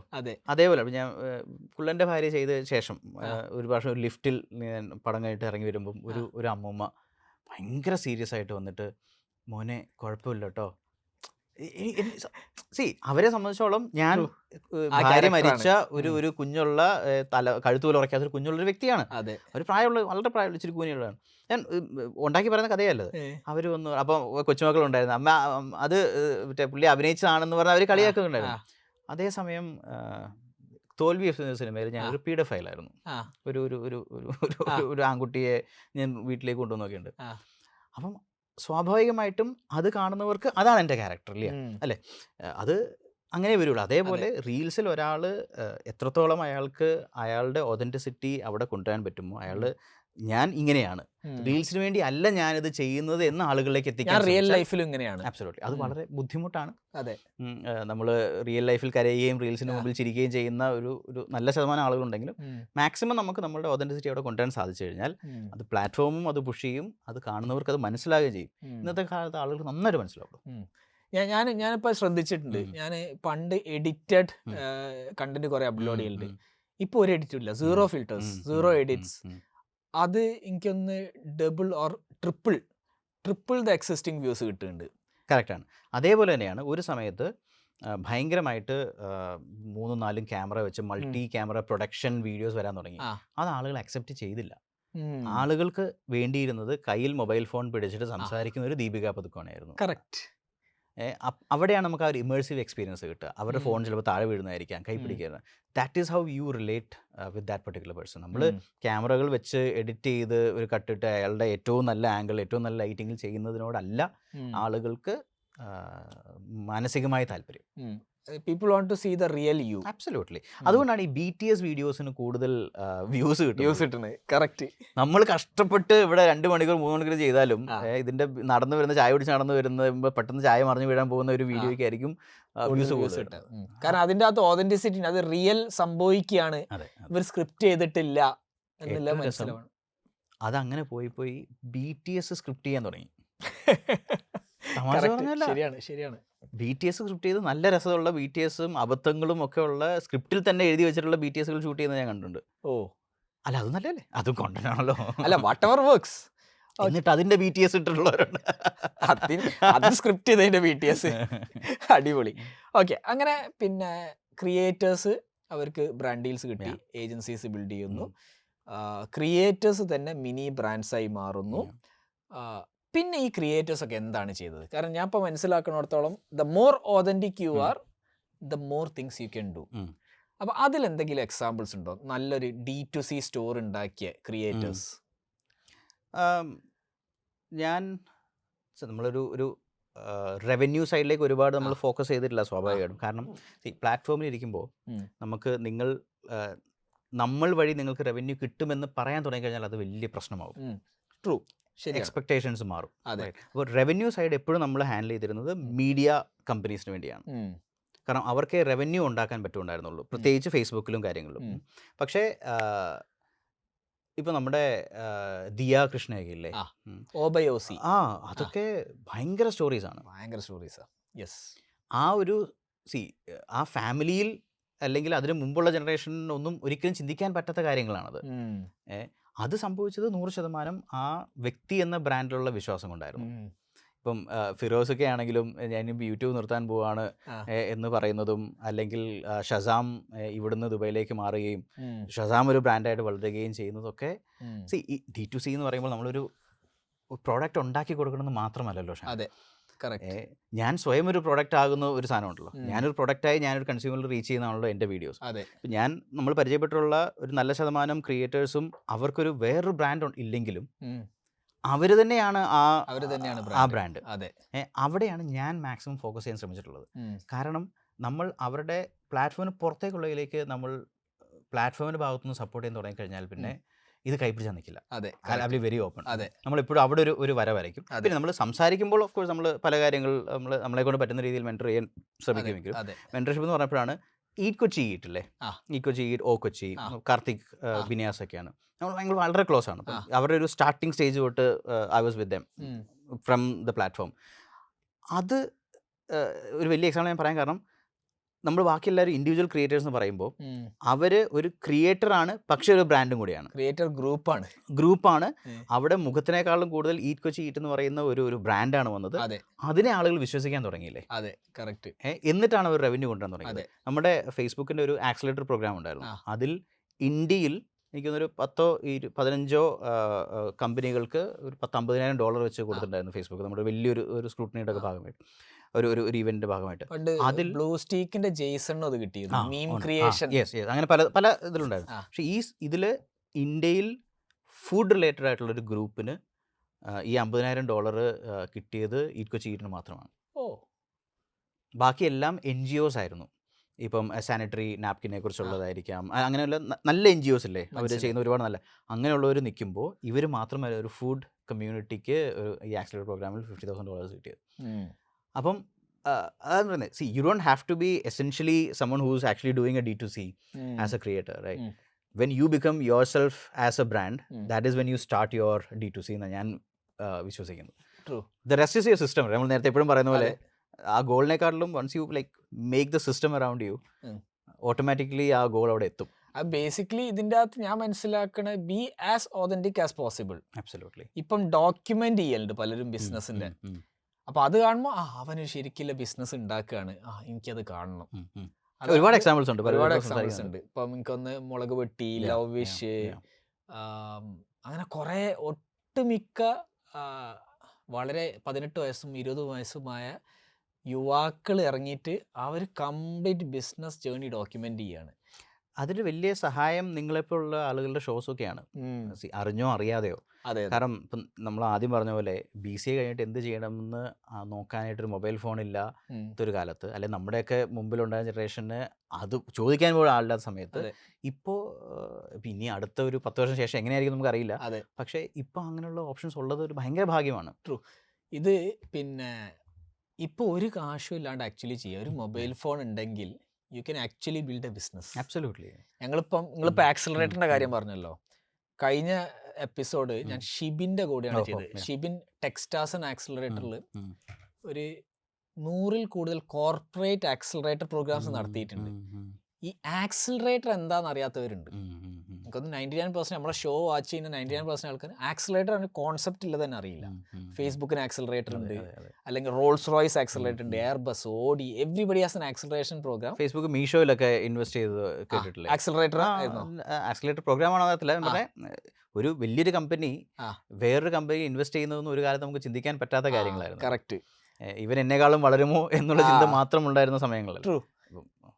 അങ്ങനെ ചെയ്യാത്തത് കൊണ്ടാണ് നോക്കിയും ബ്ലാക്ക്ബെറി ഒക്കെ അടിച്ചു പോയതെന്നാണ് ഞാൻ മനസ്സിലാക്കുന്നത്. അങ്ങനെ ചെയ്യുന്നവരാണ് ഇപ്പം ഈവൺ ഇപ്പം ഫേസ്ബുക്കിന്റെ ഏറ്റവും biggest products which is Instagram and WhatsApp, അതാണ് മനസ്സിലായത്. ഫേസ്ബുക്കിന്റെ പ്രൊഡക്റ്റ് അല്ല. അതെ, കറക്റ്റ്. അപ്പോൾ അങ്ങനത്തെ ഒരാള് ഇൻവെസ്റ്റ് ചെയ്യുമ്പോൾ you get a front row seat. നാളെ അവർ സക്സസ്ഫുൾ ആവാൻ വെച്ചാൽ you also succeed along with that. Absolutely. പിന്നെ അതിനകത്തൊരു വേറൊരു സൈഡ് എന്ന് പറയുന്നത് കോമ്പറ്റീഷനെ കില്ല് ചെയ്യാന്നൊരു സാധനമുണ്ട്. അത് പിന്നെ അതതിൻ്റെ ഭാഗമാണ്. ട്രൂ. അല്ലെ, മീൻസ് കോമ്പറ്റീഷനെ കില്ല് ചെയ്യല്ല. ഇപ്പം ഞാൻ മനസ്സിലാക്കണത് കോമ്പറ്റീഷൻ അല്ല, എല്ലാം കൊളാബറേഷൻ ആണ്. You collaborate with the right people, you build something very big. ഇതാണ് ഞാൻ മനസ്സിലാക്കണ സംഭവം. ഓക്കെ, അത് പറഞ്ഞിട്ട് നിങ്ങൾക്കും ഉണ്ടൊരു D2C ആണോ നിങ്ങൾക്ക് അറിയില്ല, മെറ്റാമീൻ എന്ന് പറഞ്ഞിട്ട് ഒരു സംരംഭമുണ്ട് അല്ലേ? അത് ഞാൻ ഇതുവരെ എവിടെയും പറഞ്ഞിട്ടില്ലാത്ത സാധനമാണ്. നമുക്ക് ഇതിനകത്ത് പറയാം. ഞാൻ അതിനെ അങ്ങനെ കൊട്ടിഘോഷിക്കാൻ വേണ്ടിയുള്ളൊരു അല്ല, പല പല ആഗ്രഹങ്ങളുടെ ഇതല്ല. നമ്മൾ മെറ്റാമീൻ എന്ന് പറഞ്ഞാൽ ഒന്നുമില്ല, നമുക്കൊരു പ്രോൺസിൻ്റെ ഒരു ബിസിനസ് ഉണ്ട്, ചെന്നൈയിലാണ്. അപ്പോൾ ഞാനതിന് പേരിടാൻ നോക്കിയപ്പം മെറ്റയിൽ നിന്നും കിട്ടിയ വരുമാനമൊക്കെ വെച്ചിട്ടാണല്ലോ ഒരു മീൻ ബിസിനസ് തുടങ്ങുന്നത്. എന്നാൽ മെറ്റാമീൻ എന്നിടാന്ന് വെച്ചു. അടിപൊളി. പിന്നെ കോപ്പിറൈറ്റ് വയലേഷൻ വരായിരിക്കും, ഒറ്റ വാക്കായിട്ടാണ് വെച്ചിരിക്കുന്നത്. അപ്പോൾ കോപ്പിറൈറ്റ് വരില്ല. മെറ്റാമീൻ അല്ലെങ്കിൽ മെറ്റ് എ മീൻ എന്ന് വേണമെങ്കിലും വായിക്കാം. അങ്ങനെയാണ് അതിൻ്റെ ഉത്ഭവം. നിങ്ങളെ ഓൺലൈൻ ബിസിനസ് പഠിപ്പിക്കാൻ വേണ്ടി ഞങ്ങൾ 50-ൽ പരം എപ്പിസോഡുകൾ ചെയ്തിട്ടുണ്ട്. എന്നിട്ടും പലരും നമ്മളടുത്ത് ഹെൽപ്പ് ചോദിച്ചു വരാറുണ്ട്. ഇപ്പം അതിനൊരു പെർമനൻറ്റ് സൊല്യൂഷൻ നമ്മൾ ഉണ്ടാക്കിയിട്ടുണ്ട്.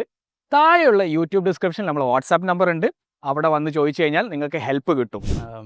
ചെന്നൈയിൽ എനിക്കൊരു പാർട്ട്ണറുണ്ട്, ഈ ഓൺസ് അനദർ കമ്പനി.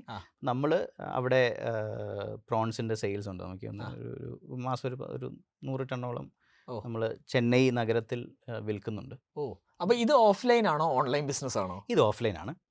നമുക്കതിൻ്റെ ഓൺലൈൻ സ്റ്റാർട്ട് ചെയ്യാനുള്ള റീറ്റെയിൽ ബിസിനസ്സിലേക്ക് പോകാനുള്ള ഒരു ഓപ്ഷൻ നമ്മളിങ്ങനെ പതുക്കെ ചെയ്ത് വരുന്നുണ്ട്. അപ്പം ഇതിപ്പം എനിക്ക് ഒരുപാട് ചെയ്യാൻ പേടിയാണ് സത്യം പറഞ്ഞാൽ. അത് കുറച്ചൊക്കെ ഇങ്ങനെ ചെയ്ത് അതിൻ്റെ കൂട്ടത്തിൽ അങ്ങ് പോയാൽ മതിയല്ലോ എന്നുള്ളതാണ്. അപ്പം നമുക്ക് നെല്ലൂരൊക്കെ വലിയ ഫാം ലാൻഡ്സ് ഒക്കെ ഉണ്ട്, പലരുമായിട്ട് അസോസിയേറ്റ് ചെയ്തിട്ടുള്ള. അവിടെ നിന്ന് നമ്മൾ സോഴ്സ് ചെയ്ത് നമ്മൾ ചെന്നൈയിൽ വിൽക്കുന്നുണ്ട്. ഒരു രസത്തിന്റെ ഭാഗം തുടങ്ങിയതാണ്, പക്ഷേ ഐ മീൻ ഗോഡ്സ് ഗ്രേസ് നന്നായിട്ട് പോകുന്നുണ്ട്. മെറ്റയിൽ ഇറങ്ങിയപ്പോഴാണ് മെറ്റാമീൻ തുടങ്ങി. മെറ്റയിൽ നിന്ന് ഇറങ്ങുന്നതിന് മുമ്പ് പല കാര്യങ്ങളും തുടങ്ങി വെച്ചു. കാരണം മെറ്റയിൽ നിന്ന് ഇറങ്ങാന്ന് പറയുന്നത് അത്ര എളുപ്പമുള്ളൊരു കാര്യമായതല്ല. ഇത്ര അടിപൊളി കൾച്ചർ, അടിപൊളി സാലറി, അടിപൊളി കൊളീഗ്സ്, റിമോട്ട്. പിന്നെ എന്നെ തന്നെ ഞാൻ കൺവിൻസ് ചെയ്യേണ്ടി വന്നു. കാരണം എനിക്ക് ഏറ്റവും എളുപ്പത്തിൽ ജീവിക്കാൻ പറ്റുന്ന ഒരു സമയമാണ് ഈ 7.5 വർഷം ഈ വീട്ടിൽ തന്നെ. ആരും ഒന്നും ചോദിക്കാനില്ല, നമുക്ക് നമ്മളോട് തന്നെ നമ്മൾ ട്രൂ ആയിട്ടിരിക്കുക എന്നുള്ളത്. രാവിലെ എഴുന്നേൽക്കുന്നു, ജോലി ചെയ്യുന്നു, വൈകിട്ട് ഞാൻ എപ്പോഴും ഒരു 9:30 മുമ്പ് 5:30 ശേഷം ഞാൻ ജോലി ചെയ്യാറില്ലായിരുന്നു. ഞാൻ വളരെ സ്ട്രിക്റ്റ് ആയിട്ട് നമ്മളൊരു സംസാരിച്ചു വളരെ സ്ട്രിക്റ്റ് ആയിട്ട് ഞാൻ ഒരു ലൈഫ് വർക്ക് നമ്മൾ തന്നെ ഹാർമണി എന്ന് പറയാം, ബാലൻസ് ഒന്നും പോലും അല്ല, ഒരു വർക്ക് ലൈഫ് ഹാർമണി എപ്പോഴും കീപ്പ് ചെയ്യാൻ ശ്രമിച്ചിട്ടുണ്ട്. എന്നാലേ നടക്കുകയുള്ളൂ. ഒറ്റ ഫോൺ ഉണ്ടായിരുന്നുള്ളൂ എനിക്ക്, പേഴ്സണൽ ഒഫീഷ്യൽ എല്ലാം ഒറ്റ ഫോൺ ഉണ്ടായിരുന്നുള്ളൂ. ഇത്രയും വർഷമായിട്ട് ഇപ്പോഴും അങ്ങനെയാണ്. പക്ഷേ അത് ഹാൻഡിൽ ചെയ്യാൻ പറ്റിയിരുന്നു. ഓക്കെ, അപ്പോൾ നിങ്ങൾ മെറ്റേന് ഇറങ്ങി. വാട്ട് നെക്സ്റ്റ് എന്ന ചോദ്യത്തിൽ അന്ന് നിങ്ങൾ പറഞ്ഞിരുന്നു CDAൻ്റെ ഇവൻറ്റിൽ ഞാൻ നിർത്തുകയാണ്. ഇത്തിരി ഡ്രമാറ്റിക് ആയി പോയോ? കുറച്ച് ഡ്രമാറ്റിക് ആയിരുന്നു, എന്നാലും പ്രശ്നമല്ല. അപ്പോൾ ഇപ്പം നിങ്ങൾ അഗെയിൻ ആ ബിസിനസിന്റെ അടുത്ത ലെവലാണ് നോക്കുന്നത്. ക്രിയേറ്റേഴ്സ് ആൻഡ് മാർക്കറ്റേഴ്സ് സ്കൂൾ തുടങ്ങുന്നു, അതും കോഴിക്കോട്. എനിക്ക് 2 കാര്യങ്ങളുണ്ട്. ഒന്ന് ക്രിയേറ്റേഴ്സ് ആൻഡ് മാർക്കറ്റേഴ്സ് സ്കൂൾ, അത് എനിക്ക് ഏകദേശം ക്ലിയർ ആണ്. വൈ ഒരു ക്രിയേറ്റർ സ്കൂൾ നിങ്ങൾക്ക് കൂടുതൽ എക്സ്പ്ലെയിൻ ചെയ്യാം. 2 എന്തുകൊണ്ട് കോഴിക്കോട്? ഓക്കെ, ചില നിമിത്തങ്ങളാണ്. ആ. നമ്മൾ മറ്റേ ഒരു ഫുൾ സർക്കിൾ എന്നൊക്കെ പറയുന്ന പോലെ നമ്മൾ നേരത്തെ പോലെ ഇപ്പോൾ കോഴിക്കോട് ആണ് ഞാൻ കേരളത്തിലൊരു പ്രോപ്പർ ജോലി സ്റ്റാർട്ട് ചെയ്തത്. റേഡിയോ മാംഗോയിൽ. അതേ റേഡിയോ മാംഗോയിൽ നിന്ന് ഒരു 5 കിലോമീറ്റർ മാത്രം ദൂരത്ത്, അല്ലെങ്കിൽ ഇതിൻ്റെ തൊട്ടപ്പുറത്താണ് റെഡ് FM. ഇത്രയും അടുത്ത് ഇങ്ങനൊരു സാധനം വരുമ്പോൾ അത് ഏറ്റവും കൂടുതൽ സന്തോഷിക്കുന്ന ഞാനാണ്, ഹുദൈഫിനേക്കാളും ബാക്കി ആരെക്കാളും സന്തോഷിക്കുന്ന ഞാനാണ്. കാരണം it's like you coming back to the culture that once you a part of. അതൊന്ന്. രണ്ടാമത്തെ ചോദ്യത്തിൻ്റെ ഉത്തരം അതാണ്. പിന്നെ സ്വാഭാവികമായിട്ടും ഷാനൊക്കെ പറഞ്ഞ് കേട്ടിട്ടുണ്ട്, കോഴിക്കോട് ഒരു വലിയൊരു ഹബ്ബായിട്ട് മാറിക്കൊണ്ടിരിക്കുകയാണെന്നുള്ളൊരു നമുക്ക് എല്ലാവർക്കും അറിയാമല്ലോ. അത് you should be the right person to talk more about it. അപ്പം അതൊരു തീർച്ചയായിട്ടും റീസണാണ്. പിന്നെ ഒരു ഹെറിറ്റേജ് എന്നൊരു കോൺസെപ്റ്റ് നമ്മൾ ചിന്തിച്ചപ്പോൾ കോഴിക്കോട് കഴിഞ്ഞിട്ടേ ഉള്ളൂ ഒരു സിറ്റി ഓഫ് ലിറ്ററേച്ചർ എന്ന് യുനെസ്കോ പോലും ബ്രാൻഡ് ചെയ്തിട്ടുള്ള ഒരു സ്ഥലം. അത് കഴിഞ്ഞിട്ടല്ലേ ഉള്ളൂ പിന്നെ വേറെ എവിടെയെങ്കിലും. ഒരു പോഡ്കാസ്റ്റിൽ ഉദയ് പറഞ്ഞിട്ടുണ്ട്, ഇന്ത്യയിൽ എവിടെ വേണമെങ്കിലും നമുക്ക് എത്ര വലിയ ബിൽഡിങ്ങുകൾ വേണമെങ്കിലും ചിലപ്പോൾ നമുക്ക് എടുക്കാൻ സാധിച്ചേക്കും. അല്ലെങ്കിൽ ഒരു പ്ലഗ് ആൻഡ് പ്ലേ മോഡൽ നമുക്ക് ഇപ്പം ഉള്ള നമ്മുടെ അടുത്തുള്ള ബിൽഡിങ്ങുകളൊക്കെ ആണെങ്കിൽ ചെയ്യാൻ പറ്റും. പക്ഷേ ഇങ്ങനെ ഒരു സ്ഥലത്ത് ഇത്രയും നമ്മൾ ഇൻവെസ്റ്റ് ചെയ്ത്, ഇതിൻ്റെ വീഡിയോസൊക്കെ കണ്ടാൽ അറിയാം, അത്രയും BTS ഉണ്ടാവും. പിന്നെ BTS വേണം ഇത് പണിയുന്നതിൻ്റെ BTS. ഇപ്പം ഒരു 1940s ഒരു ബിൽഡിംഗ് ആണ്. അപ്പോൾ അതിനെ നമ്മൾ ഒരു കംപ്ലീറ്റ് റെനോവേഷൻ നടത്തി അതിനെ സ്ട്രെങ്തൻ ചെയ്ത് ഏറ്റവും ബെസ്റ്റായിട്ടുള്ള, എനിക്ക് തോന്നുന്നില്ല ഇങ്ങനെ ഒരു ക്യാമ്പസ്, ഇങ്ങനെ ഒരു സ്കൂള്, നമുക്ക് ഇങ്ങനെ ഒരു സ്ട്രക്ചർ സൗത്ത് ഇന്ത്യയിലോ അല്ലെങ്കിൽ ഇന്ത്യയിൽ പോലും അങ്ങനെ നമുക്ക് ഇത്രയും എടുത്തു പറയാൻ പറ്റുന്ന ഒരു ഇതില്ല. വെറുതെ പറയുന്നതല്ല, കാണാൻ താല്പര്യമുണ്ടെങ്കിൽ തീർച്ചയായിട്ടും നമ്മുടെ കാലിക്കറ്റ് YMCA ക്രോസ് റോഡുള്ള സ്കൂളിലേക്ക് വരാം. More than happy to take people and give a tour. അപ്പം അതായിരുന്നു അതിൻ്റെ ഇത്. ഇനി ക്രിയേറ്റേഴ്സ് ആൻഡ് മാർക്കറ്റേഴ്സ് സ്കൂളിലേക്ക് എന്ന് പറയുന്നത്, ഞാനൊരു ലേൺ ഏൺ റിട്ടേൺ എന്നൊക്കെ അന്ന് ഭയങ്കര എന്തൊക്കെയോ അടിച്ചു വിട്ടിരുന്നു. ഞാനങ്ങനെ ഒരുപാട് ഇതിനെക്കുറിച്ച് ചിന്തിക്കാത്ത ആളാണ്. പക്ഷേ എൻ്റെ മനസ്സിൽ എപ്പോഴും തങ്ങി നിന്നൊരു സാധനമായിരുന്നു ലേൺ ഏൺ. അത് ഡെൻസൽ വാഷിങ്ടൺ പുള്ളി ചെയ്ത ഒരു ഇൻ്റർവ്യൂവിൽ പറഞ്ഞതാണ്, ആക്ടർ. അപ്പം ആ ലേൺ ഏൺ എന്നുള്ള ഫേസ് കഴിഞ്ഞു എന്നൊക്കെ ഞാൻ ഉദ്ദേശിച്ചത് ഇനിയും നമുക്ക് ചെയ്യാൻ പറ്റും. പക്ഷേ ഈ ഒരു ഇതിലേക്ക് പോകാനുള്ള ഒരു റൂട്ടിൽ okay I have learn things. Learning ഒരിക്കലും നിൽക്കുന്ന ഒരു പ്രോസസ് അല്ല എന്ന് മനസ്സിലാക്കിക്കൊണ്ട് തന്നെ, but whatever you have learn, whatever you have earn, അങ്ങനെ ചെയ്യുന്നതായിരിക്കും. And I think you have an option to give it back to your community. അപ്പോൾ കമ്മ്യൂണിറ്റി എന്ന് പറഞ്ഞാൽ സ്വാഭാവികമായിട്ടും അത് ക്രിയേറ്റേഴ്സ് കമ്മ്യൂണിറ്റി തന്നെയാണ്, മാർക്കറ്റേഴ്സ് കമ്മ്യൂണിറ്റി തന്നെയാണ്. നമ്മൾ ഇപ്പോൾ ഇത്രയും കഴിഞ്ഞ ഒരു 1-2 മണിക്കൂറായിട്ട് നമുക്ക് ഇത്രയും ഇരുന്ന് സംസാരിക്കാൻ പറ്റുമെങ്കിൽ, ഒരു പക്ഷേ അത് ഓരോരുത്തരോട് സംസാരിക്കുന്നതിലും നമുക്കൊരു 1 to many സംസാരിക്കാൻ പറ്റുകയാണെങ്കിൽ അതാണല്ലോ ഏറ്റവും. ഇപ്പം താങ്കൾ എങ്ങനെ ഈ ഒരു ഷോയിലേക്ക് വന്നു, എത്രയോ ലക്ഷക്കണക്കിന് പേരെ അല്ലെ ആയിരക്കണക്കിന് പേരെ കോടീശ്വരന്മാരാക്കാനായിട്ടുള്ള താങ്കളുടെ ഒരു പ്രയത്നമില്ലേ. പുറത്തു നോക്കുമ്പോൾ ഇയാൾക്ക് എന്താ വട്ടാണെന്ന് തോന്നില്ലേ. അപ്പം ബിസിനസ് ആംഗിളൊക്കെ ഇതിനകത്തുണ്ടെങ്കിലും ഇതൊക്കെ ഒരു പാഷൻ ഇല്ലാതെ നടക്കില്ല. And I am making it very clear, ഇത് എൻ്റെ വിഷനേക്കാളും ഒക്കെ ഹുദൈഫിൻ്റെ അല്ലെങ്കിൽ അസ്ലമിൻ്റെ, നിതാഷയുടെ, റൗഷൻ്റെ ഒക്കെ ഒരു വലിയ വിഷൻ്റെ ഭാഗമായിട്ട് ഞാൻ അതിലേക്ക് ഒരു ഭാഗമാകുകയാണ് ചെയ്തത്. ഞാൻ മെറ്റയിൽ ജോലി ചെയ്യുമ്പോൾ തന്നെ ഞാൻ CDയുടെ ഭാഗമായിരുന്നു. എനിക്കതൊന്നും പുറത്തു പറയാൻ പറ്റില്ല എന്നുണ്ടായിരുന്നുള്ളൂ. ഞാനിങ്ങനെ കോൾ വരും, എടാ കള്ള. ആക്ച്വലി നമ്മുടെ കമ്പനിയിൽ അത് പറ്റും, അതാണ് പ്രശ്നം. എൻ്റെ അടുത്ത് പുള്ളിയുടെ നമ്പർ ഉണ്ട്. ഇന്റേണൽ ടൂളുകളിൽ നമ്പർ അത്രയും ഓപ്പൺ കൾച്ചറുള്ള കമ്പനി ആയതുകൊണ്ട് ഞാൻ മെസ്സേജ് അയക്കേണ്ടി വന്നിട്ടില്ലെങ്കിലും വേണമെങ്കിൽ ചിലപ്പോൾ ഇതിൻ്റെ ഒരു ഇൻവിറ്റേഷൻ അയക്കായിരുന്നു. അത് ചെയ്യാം. അതെ. അപ്പം ഞാനിങ്ങനെ മറ്റേ ഇറങ്ങുന്ന സമയമാകുമ്പോഴത്തേന് നെക്സ്റ്റ് എന്ത് ചെയ്യണം എന്നൊക്കെ ഇങ്ങനെ പല നമ്മുടെ സൈലം അനന്തു നമ്മൾ കുറേ സംസാരിച്ചിട്ടുണ്ട് പല കാര്യങ്ങളും. അപ്പം അനന്തു എന്നോട് പറഞ്ഞ കാര്യമുണ്ട്, ജിനു ചേട്ടാ നമുക്ക് ഒരിക്കലും നമുക്ക് ചെയ്ത് നിർത്താൻ പറ്റില്ല. അത് എത്ര കോടികൾ ഉണ്ടാക്കിയാലും പുള്ളിയുടെ കോടി വെച്ച് നമ്മുടെ കോടി ഒന്നും അല്ലെങ്കിലും അതെ the show must go on, നമുക്ക് വെറുതെ ഇരിക്കാൻ പറ്റില്ല. അപ്പോൾ ഞാൻ വെച്ചാൽ അങ്ങനെയാണെങ്കിൽ നമുക്ക് എന്ത് ചെയ്യാം എന്നുള്ള ഇതിലാണ് വളരെ യാദൃശ്ചികമായി CDA ടീമുമായിട്ട് ഞാൻ ചുമ്മാ അവിടെ കൊച്ചിയിലെ ക്യാമ്പസിൽ ഒരു ദിവസം വെറുതെ പോയപ്പോൾ ഹുദൈഫിന് അറിയില്ല ഞാൻ മെറ്റേന്നാണെന്നോ ഒന്നും അറിയില്ല. ഹുദൈഫ് ചുമ്മാ ഇങ്ങനെ ഞങ്ങൾ സംസാരിച്ചിരുന്നപ്പോൾ റൗഷൻ്റെ കൂടെ പോയതാണ്. ഞങ്ങൾ സംസാരിച്ചുകൊണ്ടിരുന്നപ്പോൾ ഹുദൈഫ് പെട്ടെന്ന് എന്നോട് ചോദിച്ചു, ബോൺ ഓൺ ഇൻസ്റ്റഗ്രാമിൻ്റെ ഒരു കോഴ്സ് ഉണ്ട് മലയാളത്തിൽ, 10-15ഓളം മോഡ്യൂൾസ് അല്ല. അത് നമ്മളുടെ ഈ CDയുടെ സ്റ്റുഡൻസ് എല്ലാം അത് കംപ്ലീറ്റ് ചെയ്യുന്നതാണ്. ആ കോഴ്സ് കംപ്ലീറ്റ് ചെയ്ത് സർട്ടിഫിക്കറ്റ് ഒക്കെ എടുക്കുന്നതാണ്.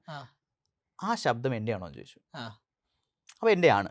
അപ്പം ഈ ബോൺ ഓൺ ഇൻസ്റ്റഗ്രാം എന്ന് പറയുന്നത് ഇൻസ്റ്റാഗ്രാമിൻ്റെ ഒരു വലിയൊരു കോഴ്സ് ഉണ്ട്, അത് എല്ലാ ലാംഗ്വേജിലും ഉണ്ട്. അതിൽ മലയാളം ഫുള്ള് ഞാനാണ് ചെയ്തിരിക്കുന്നത്. നമ്മുടെ ആഗ്രഹം കൊണ്ട് കമ്പനി എനിക്കൊന്നും തരണം, ഞാൻ ചെയ്തോളാം എന്ന് പറഞ്ഞ് ഞാൻ ചെയ്തൊരു സാധനമാണ്. നമ്മുടെ ഒരു പാഷൻ ഉണ്ടല്ലോ അതിൻ്റെ ഭാഗമായിട്ട് പറഞ്ഞു കൊടുക്കുക എന്നുള്ളത്. അപ്പം അപ്പോഴും പുള്ളിക്കാരത്തില്ല ഞാൻ മെറ്റലിലാണ് വർക്ക് ചെയ്യുന്നത്. അപ്പോൾ ഞാൻ പറഞ്ഞു അതെ, പക്ഷേ ഞാനിങ്ങനെ മെറ്റൽ വർക്ക് ചെയ്യുന്നതുകൊണ്ടാണെന്ന് പറഞ്ഞപ്പോഴാണ് പതുക്കെ ആ സ്പാർക്ക് അടിക്കാൻ തുടങ്ങിയത്. അപ്പോൾ ഇതേ ശബ്ദത്തിലുള്ള ഒരാൾ നമ്മുടെ ഇവിടുത്തെ മറ്റു കോഴ്സുകൾ പറയാനായിട്ട് വേണമെന്ന് പറഞ്ഞ് കുറേ തപ്പി നടന്നതും തന്നെ കിട്ടി. അങ്ങനെ കുറേ കഥകൾ പറഞ്ഞു. അപ്പോൾ പറഞ്ഞു വരുമ്പം ഞാൻ മെറ്റലായിരുന്നെങ്കിലും ഇവിടെ പഠിക്കുന്ന 12,000 സ്റ്റുഡൻസും എൻ്റെ കോഴ്സ് ഓൾറെഡി കംപ്ലീറ്റ് ചെയ്തവരായിരുന്നു. അപ്പോൾ അതൊരു ഭയങ്കര ഒരു രസകരമായിട്ടുള്ള സാധനമായിട്ട് തോന്നി. അപ്പോൾ നമുക്ക് ഈ ഓരോ ഇമ്പാക്റ്റ് ഉണ്ടല്ലോ. അപ്പം അവിടെ ഒരു ക്ലാസ് നടന്നുകൊണ്ടിരിക്കുകയാണ്. അപ്പോൾ ഞാൻ എന്നെ അങ്ങോട്ട് വിളിച്ചു. ഞാൻ ചെന്നപ്പം ഒരു 10-60 പേര് എൻ്റെ വോയിസ് റെക്കഗ്നൈസ് ചെയ്യുന്നു. അവർ ഒരു ക്ലാപ്പ് ചെയ്യുന്നു. ഞാൻ അവിടെ നിന്ന് സത്യം പറഞ്ഞ literally I had tears in my eyes. അതൊരു ഭയങ്കര ഒരു സംഭവമായി മാറി. അപ്പോൾ എനിക്കത് നമുക്ക് നിമിത്തങ്ങളിൽ എനിക്ക് വിശ്വസിക്കാൻ ഇഷ്ടമായതുകൊണ്ട് I thought okay there is something in this. അങ്ങനെ പതുക്കെ തുടങ്ങിയപ്പം പിന്നെ ഞാൻ സി ഡിയെ കുറിച്ച് പഠിക്കാൻ തുടങ്ങി. എന്തൊക്കെയാണ് ക്വാഡ് ക്യൂബ്സ്, എന്താണ് സി ഡി, എന്താണ്, എന്തൊക്കെ ചെയ്യുന്നു. അത്യാവശ്യം നല്ല ഒരു പ്രോഗ്രസ് റിപ്പോർട്ട് കിട്ടിയപ്പോൾ ഐ തോട്ട് വൈ നോട്ട്. അങ്ങനെ ഞാൻ കഴിഞ്ഞ വർഷം പതുക്കെ സി ഡിയുടെ ഒരു ഭാഗമായി. Happy to say that I am one of the investors also. അപ്പം അങ്ങനെ അതിനെ ഇങ്ങനെ പോകുന്നു. അപ്പം ഇതുവരെ ചെയ്തതിൻ്റെ ഒരു 10 മടങ്ങ് അല്ലെങ്കിൽ 100 മടങ്ങാണ് ഇനി ചെയ്യാൻ പോണത്. ഇത്രയും കാലം മെറ്റയിൽ നിന്ന് ക്രിയേറ്റേഴ്സിനെ ഉണ്ടാക്കി, പുറത്ത് നിന്നുകൊണ്ട് ക്രിയേറ്റേഴ്സിനെ ഉണ്ടാക്കുന്നു. ഈ ക്രിയേറ്റർ ആകാൻ എളുപ്പമാണ്. തുടങ്ങാൻ ടെക്നിക്കൽ ടേംസിൽ ക്രിയേറ്റർ ആകാൻ ആർക്കും പറ്റും. Like every one is A creator. അത് പക്ഷേ ഒരു ക്രിയേറ്റർ ആൻഡ് ഒരു മാർക്കറ്റർ എന്ന രീതിയിലേക്ക് അതിനെ ചിന്തിക്കുമ്പോഴാണ് നേരത്തെ പറഞ്ഞ കാര്യങ്ങളൊക്കെ സംഭവിക്കുക. ഇപ്പം ഒരു വ്യക്തി ഫേമസ് ആയാൽ മാത്രം പോരല്ലോ ഇന്നത്തെ കാലത്ത്. If you famous, make use of your fame. ആ സാധനത്തിലേക്ക് എത്തണമെങ്കിൽ it's good if you are A marketer also. അതുകൊണ്ടാണ് ഒരു ക്രിയേറ്റർ ആൻഡ് മാർക്കറ്റർ എന്നൊരു imagine this as A business school for A creator and A marketer. കാരണം create ചെയ്തുകൊണ്ട് പരിപാടി നടക്കുന്നില്ല. അതെ അതെ, ഇത് ഞാനുണ്ട്, ഓക്കെ, എനിക്കിത് വെച്ചിട്ട് കാശ് ഉണ്ടാക്കണം, കാശ് ഉണ്ടാക്കാനും കൂടി പഠിക്കണം. അതെ എക്സാക്ട്ലി. ഇപ്പം നമ്മൾ ഇരിക്കുന്നത് കോണ്ടന്റ് മാനുഫാക്ചറിങ് കമ്പനി എന്ന് പറയുന്ന ഒരു സ്പേസിലാണ്. ഇവിടെ സി ഡിയുടെ തന്നെ സ്കൂളിൻ്റെ. ഈ സാധനം നമ്മൾ ഉണ്ടാക്കിയിട്ടൊരു കാര്യമില്ലല്ലോ. ഇപ്പം കൊച്ചിയിലുമുണ്ട് സ്റ്റുഡിയോ ഉണ്ട്, നമുക്ക് 3-4 സ്റ്റുഡിയോ സ്പേസ് ഉണ്ട്. അത് ഉണ്ടാക്കുന്നതാണ് ക്രിയേഷൻ എന്ന് നമുക്ക് വേണമെങ്കിൽ പറയാം. പക്ഷേ അതിനെ മാർക്കറ്റ് ചെയ്യാനായിട്ട് കഴിവുള്ള ടീമും ആളുകളും വിഷനും ഉണ്ടെങ്കിൽ മാത്രമേ ആളുകൾ അതിലേക്ക് വരികയും അത് സ്റ്റുഡിയോ റെന്റിന് എടുക്കുകയും അതിനെ ഫ്ലറിഷ് ചെയ്യാനായിട്ട് നമ്മളെ സഹായിക്കുകയും ചെയ്യുള്ളൂ. ആ ഒരു പ്രോസസ്സ് പലപ്പോഴും ലാക്ക് ചെയ്യുന്നുണ്ടെന്ന് നമുക്ക് തോന്നി. നമ്മൾ എക്സ്പീരിയൻസിൽ മാത്രം പഠിക്കുന്ന കാര്യങ്ങളും എക്സ്പീരിയൻസ്ഡ് ആയിട്ടുള്ളവർ പറഞ്ഞു തരുന്ന കുറേ കാര്യങ്ങളും ഇല്ലേ. ഇപ്പം എനിക്ക് ഒരുപക്ഷെ ചെയ്യാൻ പറ്റുന്ന അങ്ങനെയുള്ള കുറേ കാര്യങ്ങളുണ്ടാവും. നമ്മൾ ഒരു നല്ലൊരു ബിസിനസ് സ്റ്റാർട്ട് ചെയ്യാൻ പോകുന്ന ഒരു വ്യക്തി, ശരിക്കും ഇതിൽ ഇൻവെസ്റ്റഡ് ആയിട്ട് പാഷനേറ്റ് ആയിട്ട് ചെയ്യാനായിട്ട് ചിന്തിക്കുന്ന ഒരു വ്യക്തി, അല്ലെങ്കിൽ ഒരു ലെഗസി ഒരു ബിസിനസ് ഹാൻഡിൽ ചെയ്യാൻ പോകുന്ന ഒരു വ്യക്തി, എത്രയോ എക്സാമ്പിൾസ് ഉണ്ട്. സെക്കൻഡ് ജനറേഷൻ, തേർഡ് ജനറേഷൻ, അവർക്ക് അവരുടെ ആ ലെഗസിയിൽ അവർ വന്നിട്ടുള്ള ബിസിനസ് ഉണ്ടാകാം. പക്ഷേ ഈ ജനറേഷനിൽ ഇന്നത്തെ ഈ ഒരു കാലഘട്ടത്തിൽ 2025 ടു ഒരു 2045 എങ്ങനെ കൊണ്ടുപോകണം എന്നുള്ളത് ഒരുപക്ഷെ മുമ്പുള്ള ജനറേഷന് പറഞ്ഞു കൊടുക്കാൻ പറ്റിയെന്ന് വരത്തില്ല. കറക്റ്റ്, അവരങ്ങനെയല്ല business. It applies in our case also. ഇപ്പം എൻ്റെ മോന് അവൻ 10-20 വർഷം ശേഷം എന്ത് സംഭവിക്കുന്നില്ല, ഇപ്പം എനിക്ക് പറഞ്ഞു കൊടുക്കാൻ പറ്റിയെന്ന് വരത്തില്ല.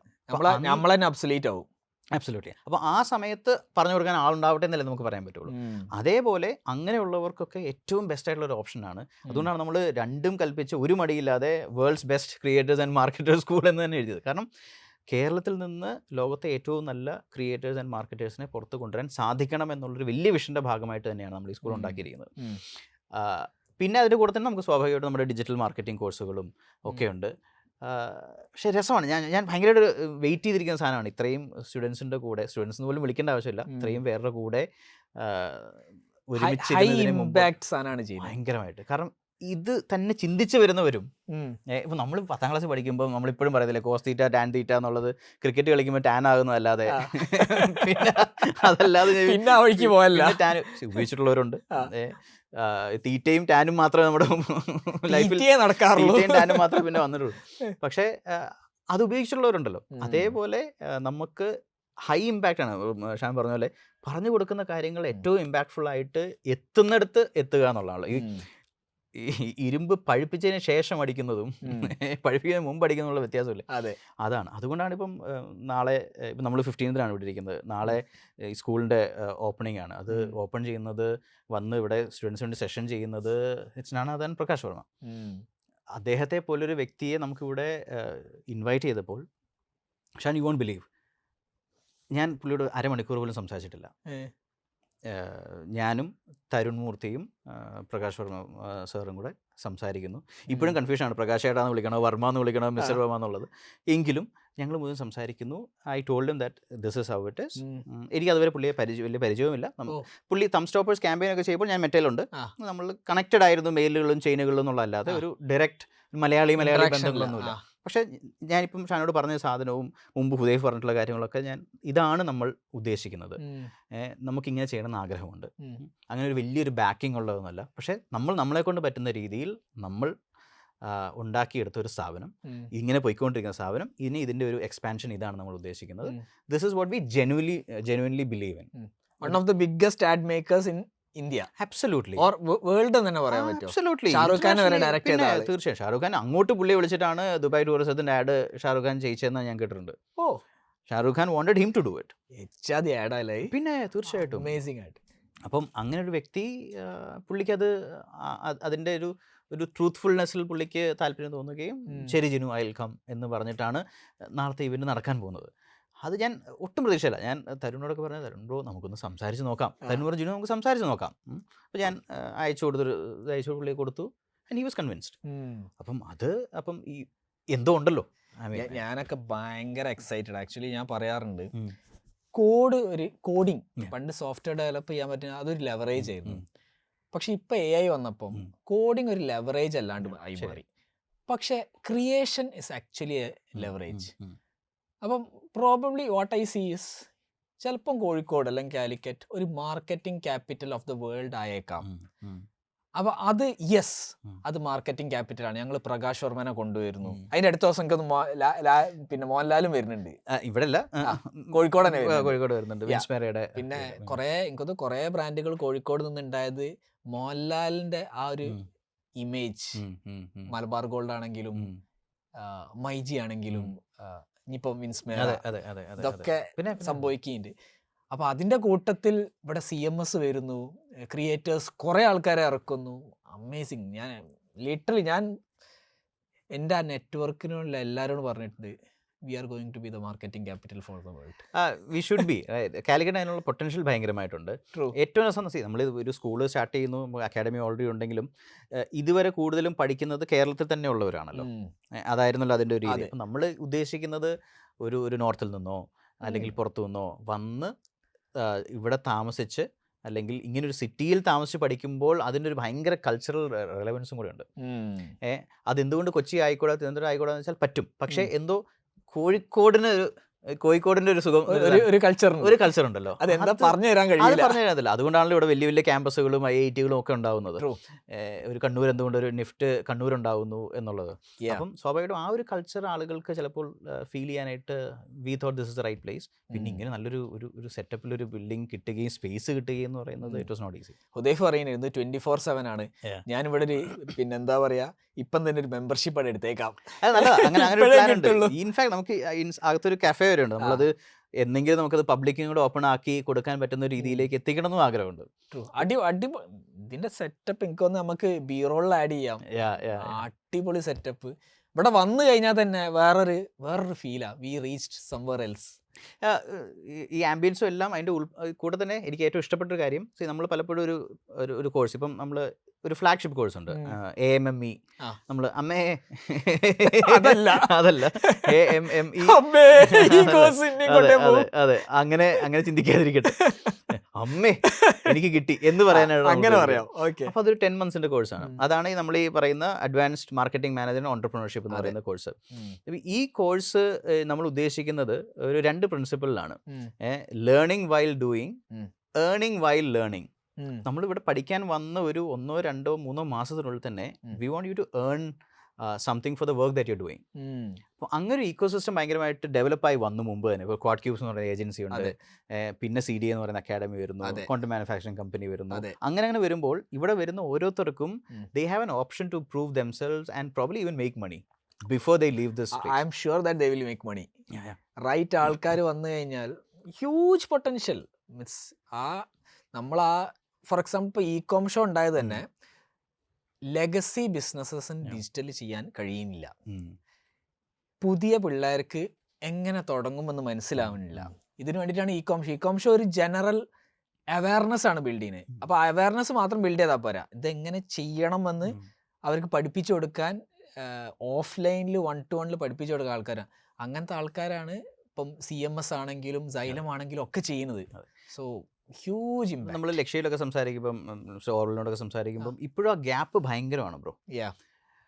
നമ്മൾ വിചാരിക്കും ഇനിയിപ്പോൾ AI അല്ലെങ്കിൽ ഡിജിറ്റൽ മാർക്കറ്റിങ്ങിന് ആള് വേണ്ടെന്ന് പറയില്ലേ എന്നുള്ള, അങ്ങനെയല്ല. ഇപ്പോഴും എത്രയോ കമ്പനികളിൽ, ഞാനിത് പറയാൻ കാരണം 2014 ഇതൊന്നുമില്ലാതെ ഡിജിറ്റൽ മാർക്കറ്റിംഗ്, ഡിജിറ്റൽ എന്ന വെബ്സൈറ്റ് പോലും എന്താണെന്ന് അറിയാത്ത ഒരു സമയത്ത് ഡിജിറ്റലിലേക്ക് മറ്റേ ഗുണാക്കേവിലേക്ക് തള്ളിയിട്ട പോലെ വീണ ആളാണ് ഞാൻ. അതെ, അവിടുന്ന് ഇതുവരെയുള്ള ട്രാൻസാക്ഷൻ കാണുമ്പോൾ തന്നെ നമുക്ക് മനസ്സിലാവും. Just 10 years back. ആബ്സല്യൂട്ട്ലി. വെറും 10 വർഷം. വെറും 10 വർഷം. ആ 10 വർഷത്തിനുള്ളിൽ സംഭവിച്ചത് എന്താണ്? അത് ഇനി അങ്ങോട്ടുള്ളതിൽ ഒരു വലിയ ഗ്യാപ്പ് ഉണ്ട്. People need people who are creative, who would know how to market stuff. അത് സ്വന്തം ബിസിനസ് ആണെങ്കിലും വേറെ ആളുടെ ആണെങ്കിലും ആയിരക്കണക്കിന് ആളുകളെ വേണം. അത് കൊടുക്കാനാണ്. എനിക്ക് മനസ്സിലാണ് ഇവിടെ വരുമ്പോൾ തന്നെ എന്തെങ്കിലുമൊക്കെ ചെയ്യണം, ആർക്കെങ്കിലും ഒക്കെ ചെയ്യണം. ആ ഒരു ഫീല് വരികയാണെങ്കിൽ ഇറ്റ്സ് അടുത്ത ലെവലിലായിരിക്കും. അതിനാണ് ആംബിയൻസ് എപ്പോഴും ഹെൽപ്പ് ചെയ്യുക. ഞാൻ US ജോലിയുടെ ഭാഗമായി എനിക്കൊരു 6 പ്രാവശ്യം ഞാൻ US പോയിട്ടുണ്ട്. പലപ്പോഴായിട്ട് നമ്മൾ ഓരോ വർഷങ്ങളൊക്കെ നമ്മൾ മെറ്റലായിരുന്ന സമയത്ത് സ്റ്റാൻഫോർഡ് യൂണിവേഴ്സിറ്റി ഉണ്ടല്ലോ, അതൊക്കെ നമ്മുടെ ജീവിതത്തിൽ ഒരിക്കലെങ്കിലും ഒന്ന് പോയി കാണാൻ പറ്റിയാൽ, ഞാൻ വെച്ചിട്ടുണ്ട് ദൈവം അവിടെയൊക്കെയാണ് നമ്മൾ പഠിച്ചിരുന്നത്, നമ്മൾ എന്തൊക്കെയോ പഠിച്ചു പോയി. കാരണം ഇവിടെ അതിനകത്ത് ആ ക്യാമ്പസ് തന്നെ എത്രയോ ആയിരക്കണക്കിന് ഏക്കറുകളാണ്. ഒരു മലയുടെ അപ്പുറത്ത് ആരും പോയിട്ട് പോയില്ല എന്നൊക്കെ പറയുന്നത്. ഒരു വലിയൊരു ഒരു ബെൽ ഒരു കെട്ടിടമുണ്ട്, അതിൻ്റെ മുകളിൽ നോക്കിയാൽ ഈ മലയൊക്കെ ഇതിൻ്റെ ഭാഗമാണ്. അങ്ങോട്ടൊന്നും ആരും പോകാറില്ല. അതുപോലെ വാസ്റ്റായിട്ട് കിടക്കുന്ന സ്ഥലമാണ്. അവിടെയൊക്കെ പോയി കഴിഞ്ഞാൽ നമ്മൾ ആ ആംബിയൻസ് കൊണ്ട് തന്നെ നമ്മൾ ചിലപ്പം കാര്യങ്ങൾ കൂടുതൽ ചെയ്യുന്നത്. ഇപ്പോൾ ഞാൻ ചെന്നൈ പോയപ്പോൾ എങ്ങനെ എനിക്ക് പഠിക്കണമെന്ന് തോന്നിയോ അതേപോലെ. അപ്പോൾ ആ ഒരു ആംബിയൻസിൻ്റെ വ്യത്യാസം ഭയങ്കരമായിരിക്കും. ഇപ്പോൾ നമ്മുടെ ക്ലാസ് റൂംസ് ആണെങ്കിലും ഒരു ഓപ്പൺ സ്പേസ് ആണെങ്കിലും നമ്മുടെ ഒരു ആഗ്രഹമാണ് ഇവിടെ വന്നു കഴിഞ്ഞാൽ സീരിയസ് ആയിട്ട് ഇതിനെ കാണുന്ന കുറേ പേർക്ക് അത് ഉപയോഗിക്കാൻ പറ്റുമെന്നുള്ളൊരു വിശ്വാസമാണ്. ഉറപ്പായും. പിന്നെ എങ്ങനെയാണ് ഇപ്പം എല്ലാം കൂടി ഇമ്പാക്ട് ചെയ്യാൻ പോണതെന്ന് മനസ്സിലാവും. ഫോർ എക്സാമ്പിൾ ക്രിയേറ്റർ സ്പേസ് തന്നെ അവതാസ് ഉണ്ടാക്കാൻ പറ്റും. ആ ഒരു ആംഗിളിൽ നിങ്ങൾ എന്തെങ്കിലും കണ്ടിട്ടുണ്ടോ? എല്ലാവരെയും ഏറ്റവും വലിയ പേടി എന്ന് പറയുന്നത്, പേടി എന്ന രീതിയിൽ പലരും പറയുന്നത് AI വരുന്നു, ജോലി എല്ലാവരെയും ഇല്ലാതാവുന്നു എന്നൊക്കെ. ഇതിനൊരു വ്യക്തമായ ഉത്തരം പറയാൻ സത്യം പറഞ്ഞാൽ ആർക്കും ഇതുവരെ സാധിച്ചിട്ടില്ല. ഒരു സൈഡിലുള്ള ആളുകൾ പറയുന്നു AIക്ക് അത് റോബോട്ടിക്കാണ്, ഇതിനു മുമ്പ് ആളുകൾ ചെയ്ത് വെച്ചിട്ട് മാത്രമേ ഉണ്ടാക്കാൻ പറ്റുള്ളൂ എന്ന് പറയുന്നു. ഒരു സൈഡിലുള്ള ആളുകൾ പറയുന്നു ക്രിയേറ്റിവിറ്റി എന്നുള്ളത് പറയുന്നത് ഇന്ന് പുതിയൊരു കാര്യം എന്നെ കൊണ്ട് കണ്ടുപിടിക്കണമെങ്കിൽ അത് എന്നെ കൊണ്ട് മാത്രമേ പറ്റുള്ളൂ, മറ്റ് റെഫറൻസുകൾ ഇല്ലാതെ ചെയ്യാനായിട്ട് ഒരു മനുഷ്യനെ കൊണ്ടേ പറ്റുള്ളൂ എന്ന് പറയുന്നു. കൊച്ചിയിലെ വലിയ ഹോർഡിങ്ങുകളൊക്കെ ഉണ്ട്. ഒരു 3 പേര് ഒരു ചായ കുടിച്ചുകൊണ്ടിരുന്ന് നിൽക്കുന്നു, പുറകിലൊരു റോബോട്ട് നിൽക്കുന്നു. എന്നിട്ട് അതിൻ്റെ ഹെഡിങ് പറഞ്ഞിരിക്കുന്നത് ഈ ചായ കുടിച്ചുകൊണ്ടിരിക്കുമ്പോഴുള്ള ഡിസ്കഷനിൽ ഉരുത്തിരിയുന്ന ഐഡിയകൾ ഒരിക്കലും AIക്ക് ചെയ്യാൻ പറ്റില്ലെന്ന് പറയുന്നു. പക്ഷേ അൺഫോർച്ചുനേറ്റ്ലി ആ പോസ്റ്റർ മൊത്തം ചെയ്തിരിക്കുന്നത് AI ആണ്. മനസ്സിലായി? അപ്പോൾ ഇത് കോ എക്സിസ്റ്റ് ചെയ്ത് ജീവിക്കുക എന്നുള്ളത് മാത്രമേ നമുക്കിവിടെ ചെയ്യാൻ പറ്റുള്ളൂ.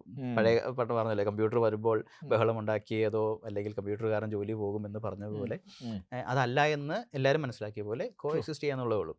പിന്നെ ഇപ്പോൾ കഴിഞ്ഞ ദിവസമല്ലേ ഇലോൺ മസ്ക് ChatGPTയോട് ചോദിച്ചില്ലേ, ഇലോൺ മസ്ക് ആണോ സാം ഓൾട്ട്മാൻ ആണോ നമ്പർ 1 എന്ന് ചോദിച്ചപ്പോൾ ഇലോൺ മസ്ക് ആണെന്നാണ് ChatGPT പറഞ്ഞത്. ശരി, സ്വന്തം ക്രിയേറ്ററെ പോലും പത്രത്തിലൊക്കെ ന്യൂസ് ആയിട്ടുണ്ടായിരുന്നു. അപ്പം ഞാൻ നോക്കുന്നത് അത് നല്ല കാര്യമല്ലേ? അപ്പം AI was true, right? He gave the right answer. അത് ശരിയാണെങ്കിൽ അപ്പം എല്ലാം വേണമെന്ന് തന്നെയാണ്. പിന്നെ ഒറ്റയടിക്കൊന്നും എല്ലാവരും പെട്ടെന്ന് AI മാറി ആളുകൾ ജോലി ചെയ്താവുന്ന ഉണ്ടാവില്ലോ. പിന്നെ നമ്മൾ ഈ കാണുന്ന എല്ലാം എവല്യൂഷൻ ആണ് അവിടെയും. അതും കോസ്റ്റ്ലി ആയിട്ടുള്ള സാധനമല്ലേ. ഇപ്പം പെർപ്ലെക്സിറ്റി നമുക്ക് ഒരു വർഷം ഫ്രീ ആയിട്ട് എയർടെലിന് കൂടെ കിട്ടുന്നുള്ളതുകൊണ്ട് മാത്രമാണ് നമ്മളൊക്കെ ഉപയോഗിക്കുന്നത്. അതെ അല്ലേ? അപ്പം അതുകൊണ്ട് ഇറ്റ്സ് എ കോസ്റ്റ്ലി അഫെയർ. അങ്ങനെ എളുപ്പത്തിലൊന്നും ഭയങ്കരമായിട്ട് ഒരു കമ്പനി മൊത്തത്തിൽ AI കൺവേർട്ട് ആവുകയും ആളുകൾ നാളെ തൊട്ട് വരണ്ട എന്ന് പറയുന്നതൊക്കെ വളരെ വിദൂരമായിട്ടുള്ള ഫ്യൂച്ചറിൽ ഒരുപക്ഷെ സംഭവിക്കാവുന്നത് മാത്രമാണ്. കമ്പനികൾ ഇതുവരെ ഡിജിറ്റൽ ആയിട്ടില്ല, എന്നിട്ടല്ലേ പിന്നല്ലാതെ ഇവരൊക്കെ ഡിജിറ്റൽ ആക്കുന്നത് നിങ്ങളല്ലേ, പതുക്കെ ആക്കിയാൽ മതി. കാരണം ഡിജിറ്റൽ ആക്കി കഴിഞ്ഞാൽ പെട്ടെന്ന് AI മാറാൻ സാധ്യതകളുണ്ട്. So that is my take on AI. It'll take time, but let's coexist. ഒരു കാര്യം പറയാം, സോറി. ഇപ്പം നമ്മൾ സ്കൂളിൽ പഠിക്കുന്ന സമയത്ത് ഞാൻ മനസ്സിലാക്കിയതാണ്, നമുക്ക് എഞ്ചുവടി ഉണ്ടായിരുന്നല്ലോ, 1 2 എന്ന് പറഞ്ഞ ഈ സാധനം കാണാൻ പഠിക്കണമായിരുന്നു. നമ്മൾ കുറെ കഴിഞ്ഞപ്പോൾ കാൽക്കുലേറ്റർ ഉപയോഗിക്കാൻ തുടങ്ങിയില്ലേ കോളേജിൽ. അപ്പോൾ നമ്മളിതൊന്നും പഠിക്കേണ്ട ആവശ്യമില്ലല്ലോ, എക്സാം ഹോളിൽ നമുക്ക് കാൽക്കുലേറ്റർ കൊണ്ടുപോകാൻ പറ്റുന്ന അവസ്ഥയിലേക്ക് എത്തിയല്ലോ. അതെ അപ്പോൾ സ്വാഭാവികമായിട്ടും നമ്മൾ ഈ 1 പറയേണ്ട ആവശ്യമില്ലല്ലോ, പഠിക്കേണ്ട ആവശ്യമില്ലല്ലോ. അതെ അപ്പോൾ എന്ത് ചെയ്തു, അത് നമ്മൾ മാറ്റി വെച്ചു. You don't have to learn that. അത് പഠിക്കുന്ന സമയത്ത് വേറെ കാര്യങ്ങൾ പഠിക്കാൻ പറ്റില്ല. അതെ അതിപ്പോൾ കാൽക്കുലേറ്റർ വന്നു. അതെ പിന്നെ നമ്മൾ ടെക്സ്റ്റ് ബുക്ക് നമുക്ക് എക്സാം ഹോളിലേക്ക് കൊണ്ടുപോകാൻ പറ്റുന്ന സമയത്ത് ഉണ്ട്. നമ്മൾ ചോദ്യം വായിക്കുന്നു, ഈ ചോദ്യത്തിനുള്ള ഉത്തരം ഇതാണെന്ന് എവിടെ നിന്ന് കണ്ടുപിടിക്കുക എന്നുള്ളതാണ്. കറക്റ്റ്. അപ്പം എന്താ, അപ്പം പതുക്കെ നമ്മൾ ആവശ്യമില്ലാത്ത കാര്യങ്ങൾ മാറ്റി വെച്ചാൽ അതിനുവേണ്ടി സ്പെൻഡ് ചെയ്യുന്ന ടൈം നമുക്ക് വേറെ കാര്യങ്ങൾക്ക് ഉപയോഗിച്ചൂടെ. നമ്മൾ അങ്ങനെ കണ്ടുകൂടെ എന്നുള്ളതാണ് ഞാൻ പറയുന്ന ഒരു കോൺസെപ്റ്റ് അല്ല, എത്രയോ പേര് പറഞ്ഞിട്ടുള്ളതാണ്. അതെ, സമയം ഫ്രീ അപ്പ് ചെയ്യാം. ഈ ക്രിയേറ്റേഴ്സിൽ തന്നെ ഞാൻ മനസ്സിലാക്കുന്നത്, നമ്മൾ ഓതന്റിക് ആയിട്ടുള്ള കണ്ടന്റ് റിലീസ് ചെയ്തു, നമ്മൾ നമ്മളൊരു പേഴ്സണൽ ബ്രാൻഡ് ഉണ്ടാക്കി, then it doesn't matter if your AI Avatar says it or use it. ആ സമയത്ത് അഗെയിൻ ആ ക്രിയേറ്ററിന് സമയം വീണ്ടും കിട്ടാണ്. എൻ്റെ AI അവതാറാണ് അവിടെ വർക്ക് ചെയ്യുന്നത്, അപ്പം ഞാൻ I will create more creativity വരുമെന്നാണ് ഞാൻ മനസ്സിലാക്കുന്നത്. ഈ AI ക്യാരക്ടർ എന്ന സാധനം മറ്റേ ഞാൻ ഇറങ്ങുന്ന ആ ഒരു 2 മാസം മുമ്പാണ് നമ്മൾ 2-3 മാസം മുമ്പാണ് ലോഞ്ച് ചെയ്യുന്നത്. അങ്ങനെ സാധനം ഉണ്ട് ആക്ച്വലി ഉണ്ട് ഇൻസ്റ്റാഗ്രാമിൽ. ഇപ്പോൾ അതിനകത്ത് ഏറ്റവും രസം ഞാനിപ്പോൾ പറയാൻ will be happy to say, Arun Smoky ഇല്ലേ, അരുൺ സ്മോക്കിയുടെ AI ക്യാരക്ടർ യൂണിവേഴ്സലി ഏറ്റവും കൂടുതൽ മെസ്സേജസ് കോൺവെർസേഷൻ നടന്ന AI ക്യാരക്ടറാണ് പുള്ളിയുടെ. എനിക്കൊന്ന് 90,000+ മെസ്സേജസ് ഒരു 2 മാസം കൊണ്ട് എങ്ങാണ്ട് വന്നിരുന്നു. അത് ഞാൻ പുള്ളിയോട് പറഞ്ഞു, പുള്ളിക്ക് എനിക്ക് അവിടെ നിൽക്കുമ്പോൾ നമുക്ക് അങ്ങനെ ചുമ്മാ പബ്ലിഷ് ചെയ്യാൻ പറ്റില്ല ഇങ്ങനെ കണക്കുകൾ. അപ്പം അത് നല്ല രീതിയിൽ ആളുകൾ ഉപയോഗിക്കാൻ തുടങ്ങി. ഇപ്പം ഷാൻ പറഞ്ഞ പോലെ തന്നെയാണ്, ഒരു വ്യക്തിക്ക് ആ വ്യക്തിയെക്കുറിച്ച് ഒരു കാര്യങ്ങളെല്ലാം AI അറിയാമെങ്കിൽ you better make use of it. നമ്മൾക്ക് ഇവിടെ ബെറ്റർ ആയിട്ടുള്ള കാര്യങ്ങൾ ചെയ്യാൻ പറ്റുമല്ലോ. അത് ഇനിയും വരും. ഇപ്പം ഈ AI ക്യാരക്ടർ മെറ്റ ഡെവലപ്പ് ചെയ്തപ്പോൾ ഇതിൻ്റെ അൾട്ടിമേറ്റ് എയിം എന്ന് പറയുന്നത്, ഞാൻ ടെസ്റ്റ് ചെയ്തിട്ടുണ്ട്, നമുക്ക് ഫോൺ കോൾ ചെയ്യാം AI ക്യാരക്ടറായിട്ട്, പ്രോപ്പർ ഫോൺ കോൾ. ഓക്കെ, അതിൻ്റെ ഡെവലപ്മെൻറ്റ് സ്റ്റേജിൽ ഇപ്പം നമ്മൾ സംസാരിക്കില്ലേ, ഞാൻ സംസാരിച്ച് പോസ് ചെയ്യുമ്പോൾ AI ക്യാരക്ടർ വുഡ് റിപ്ലൈ. താൻ സംസാരിക്കുന്നിടയ്ക്ക് ഞാൻ ഇൻറ്ററപ്റ്റ് ചെയ്താൽ അത് സ്റ്റോപ്പ് ചെയ്തിട്ട് ബാക്കി കേൾക്കും. നമ്മൾ ടൈപ്പ് ചെയ്യുന്ന സാധനം നമ്മൾ ChatGPTയിൽ ആദ്യം നമ്മൾ ടൈപ്പ് ചെയ്യും, പിന്നെ അത് വായിച്ചു വരുന്ന പരിപാടികളല്ലേ.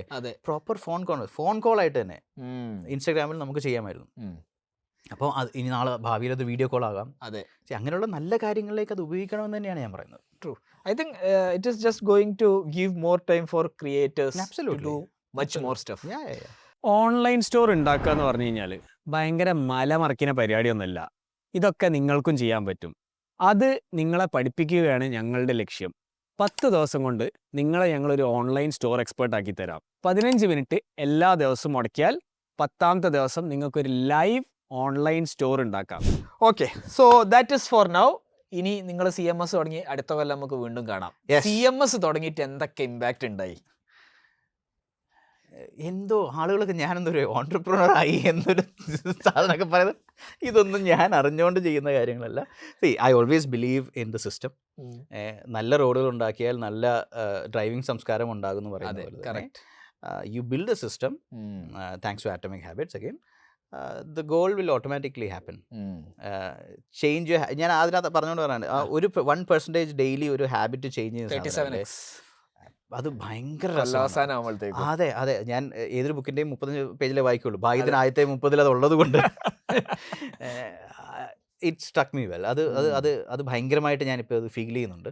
ഇത്രയും കാലം നമ്മളൊരു കമ്പനിക്ക് വേണ്ടി വർക്ക് ചെയ്യുമ്പോൾ നമ്മുടെ തോട്ട് പ്രോസസ്സൊക്കെ കുറച്ച് നാരോ ആയിരിക്കും. നമുക്ക് പല കാര്യങ്ങൾ ചെയ്യണമെന്നുണ്ടെങ്കിലും അത് എക്സ്പ്ലോർ ചെയ്യാനായിട്ട് ചിലപ്പോൾ നമുക്ക് സാധിച്ചെന്ന് വരത്തില്ല. I think now I have the time to do that. നമുക്ക് ഇഷ്ടമുള്ള കാര്യങ്ങൾ ചെയ്യാൻ പറ്റുന്നുണ്ട്, നമ്മളെ സപ്പോർട്ട് ചെയ്യാനായിട്ട് ആളുകളുണ്ട്. ഇൻഫാക്ട് CDAയിൽ കൊച്ചിയിലെ ഒരു കോണ്ടന്റ് ട്രെയിനറായിട്ട് എൻ്റെ വൈഫ് ജോയിൻ ചെയ്തു. അപ്പം എന്തോ ഒരുപക്ഷെ ഇതായിരുന്നു നമ്മുടെ ഡെസ്റ്റിനി എന്നൊരു സാധനമല്ലേ. പിന്നെ ഡെസ്റ്റിനി എന്ന് പറയുമ്പോൾ സ്വാഭാവികമായിട്ടും വേറെയും കുറേ ഡെസ്റ്റിനികൾ ഞാൻ എഴുതി വെച്ചിട്ടുണ്ട്, ഒരു സൈഡിൽ സിനിമയും പരിപാടികളൊക്കെ. പക്ഷേ I think I M loving this and I am really enjoying it. Social impact is beyond anything else. പറഞ്ഞറിയിക്കാൻ കഴിയും. നമ്മൾ ചില ആളുകൾ ഇപ്പം മറ്റേ വർക്ക് ചെയ്യുന്ന സമയത്താണെങ്കിലും എത്രയോ പേർക്ക് ഇപ്പം ഷാൻ എങ്ങനെ എത്രയോ പേരെ സപ്പോർട്ട് ചെയ്യുന്നു, അവരുടെ ബിസിനസ് ഫ്ലറിഷ് ചെയ്യാൻ സഹായിക്കുന്നു. അതേപോലെ even right from helping someone from get back their hacked account തൊട്ട് ഒരു വളരെ ഫേമസ് ആയിട്ടുള്ള ഒരു പ്രസൻറ്റർ, പുള്ളിക്കാരിയുടെ ഒരു 2-3 മാസത്തെ പേയ്മെൻറ്റ് 8 ലക്ഷം രൂപ ഫേസ്ബുക്കിൽ പെൻഡിങ് ആയിട്ട് കിടക്കുന്നു. എന്ത് ചെയ്തിട്ട് കിട്ടുന്നില്ല. ആ സാധനം നമുക്ക് തിരിച്ചെടുത്ത് കൊടുക്കാൻ പറ്റുമ്പോൾ കിട്ടുന്ന ഒരു സുഖമില്ലേ, കാരണം ആത്മസംതൃപ്തി. അത്രയും പേര് വർക്ക് ചെയ്തതിന്റെ സാലറി കൊടുക്കാൻ പറ്റാതെ ഉം. ഒരാൾ നിൽക്കുകയും അതെ. അപ്പൊ അങ്ങനെയുള്ള കുറെ മറ്റേ ഗൂസ് ബം മൊമെന്റ്സ് ഉണ്ടല്ലോ, True, മൊമെന്റ്സ് true. ഉണ്ടല്ലോ. എനിക്ക് ഇടക്കിടക്ക് വരും, അതാ പ്രശ്നം. ശരിക്കും ഒരു വിഷണറി ആയിട്ടുള്ള കാര്യം പറയുമ്പോൾ എനിക്കറിയാം, ഓക്കെ ദിസ് ഇസ് ആ ഗൂസ് മൊമെന്റ് അടിക്കും. അപ്പൊ ആ ഒരു ഗൂസ് ബം മൊമെന്റിലാണ് ജീവിക്കുന്നത്. അത് അങ്ങനെ മുമ്പോട്ട് പോട്ടെ എന്ന് ഞാൻ ആഗ്രഹിക്കുന്നു. അങ്ങനെ തന്നെ ആവട്ടെ. അത് പറഞ്ഞുകൊണ്ട് ഈ എപ്പിസോഡ് നമ്മൾ ഇവിടെ വൈൻഡ് അപ്പ് ചെയ്യാണ്. അയ്യോ തീർന്നോ? Thank you very much. Thank you. തൊണ്ടയിലെ വെള്ളം വെള്ളം പറ്റി. പറ്റി.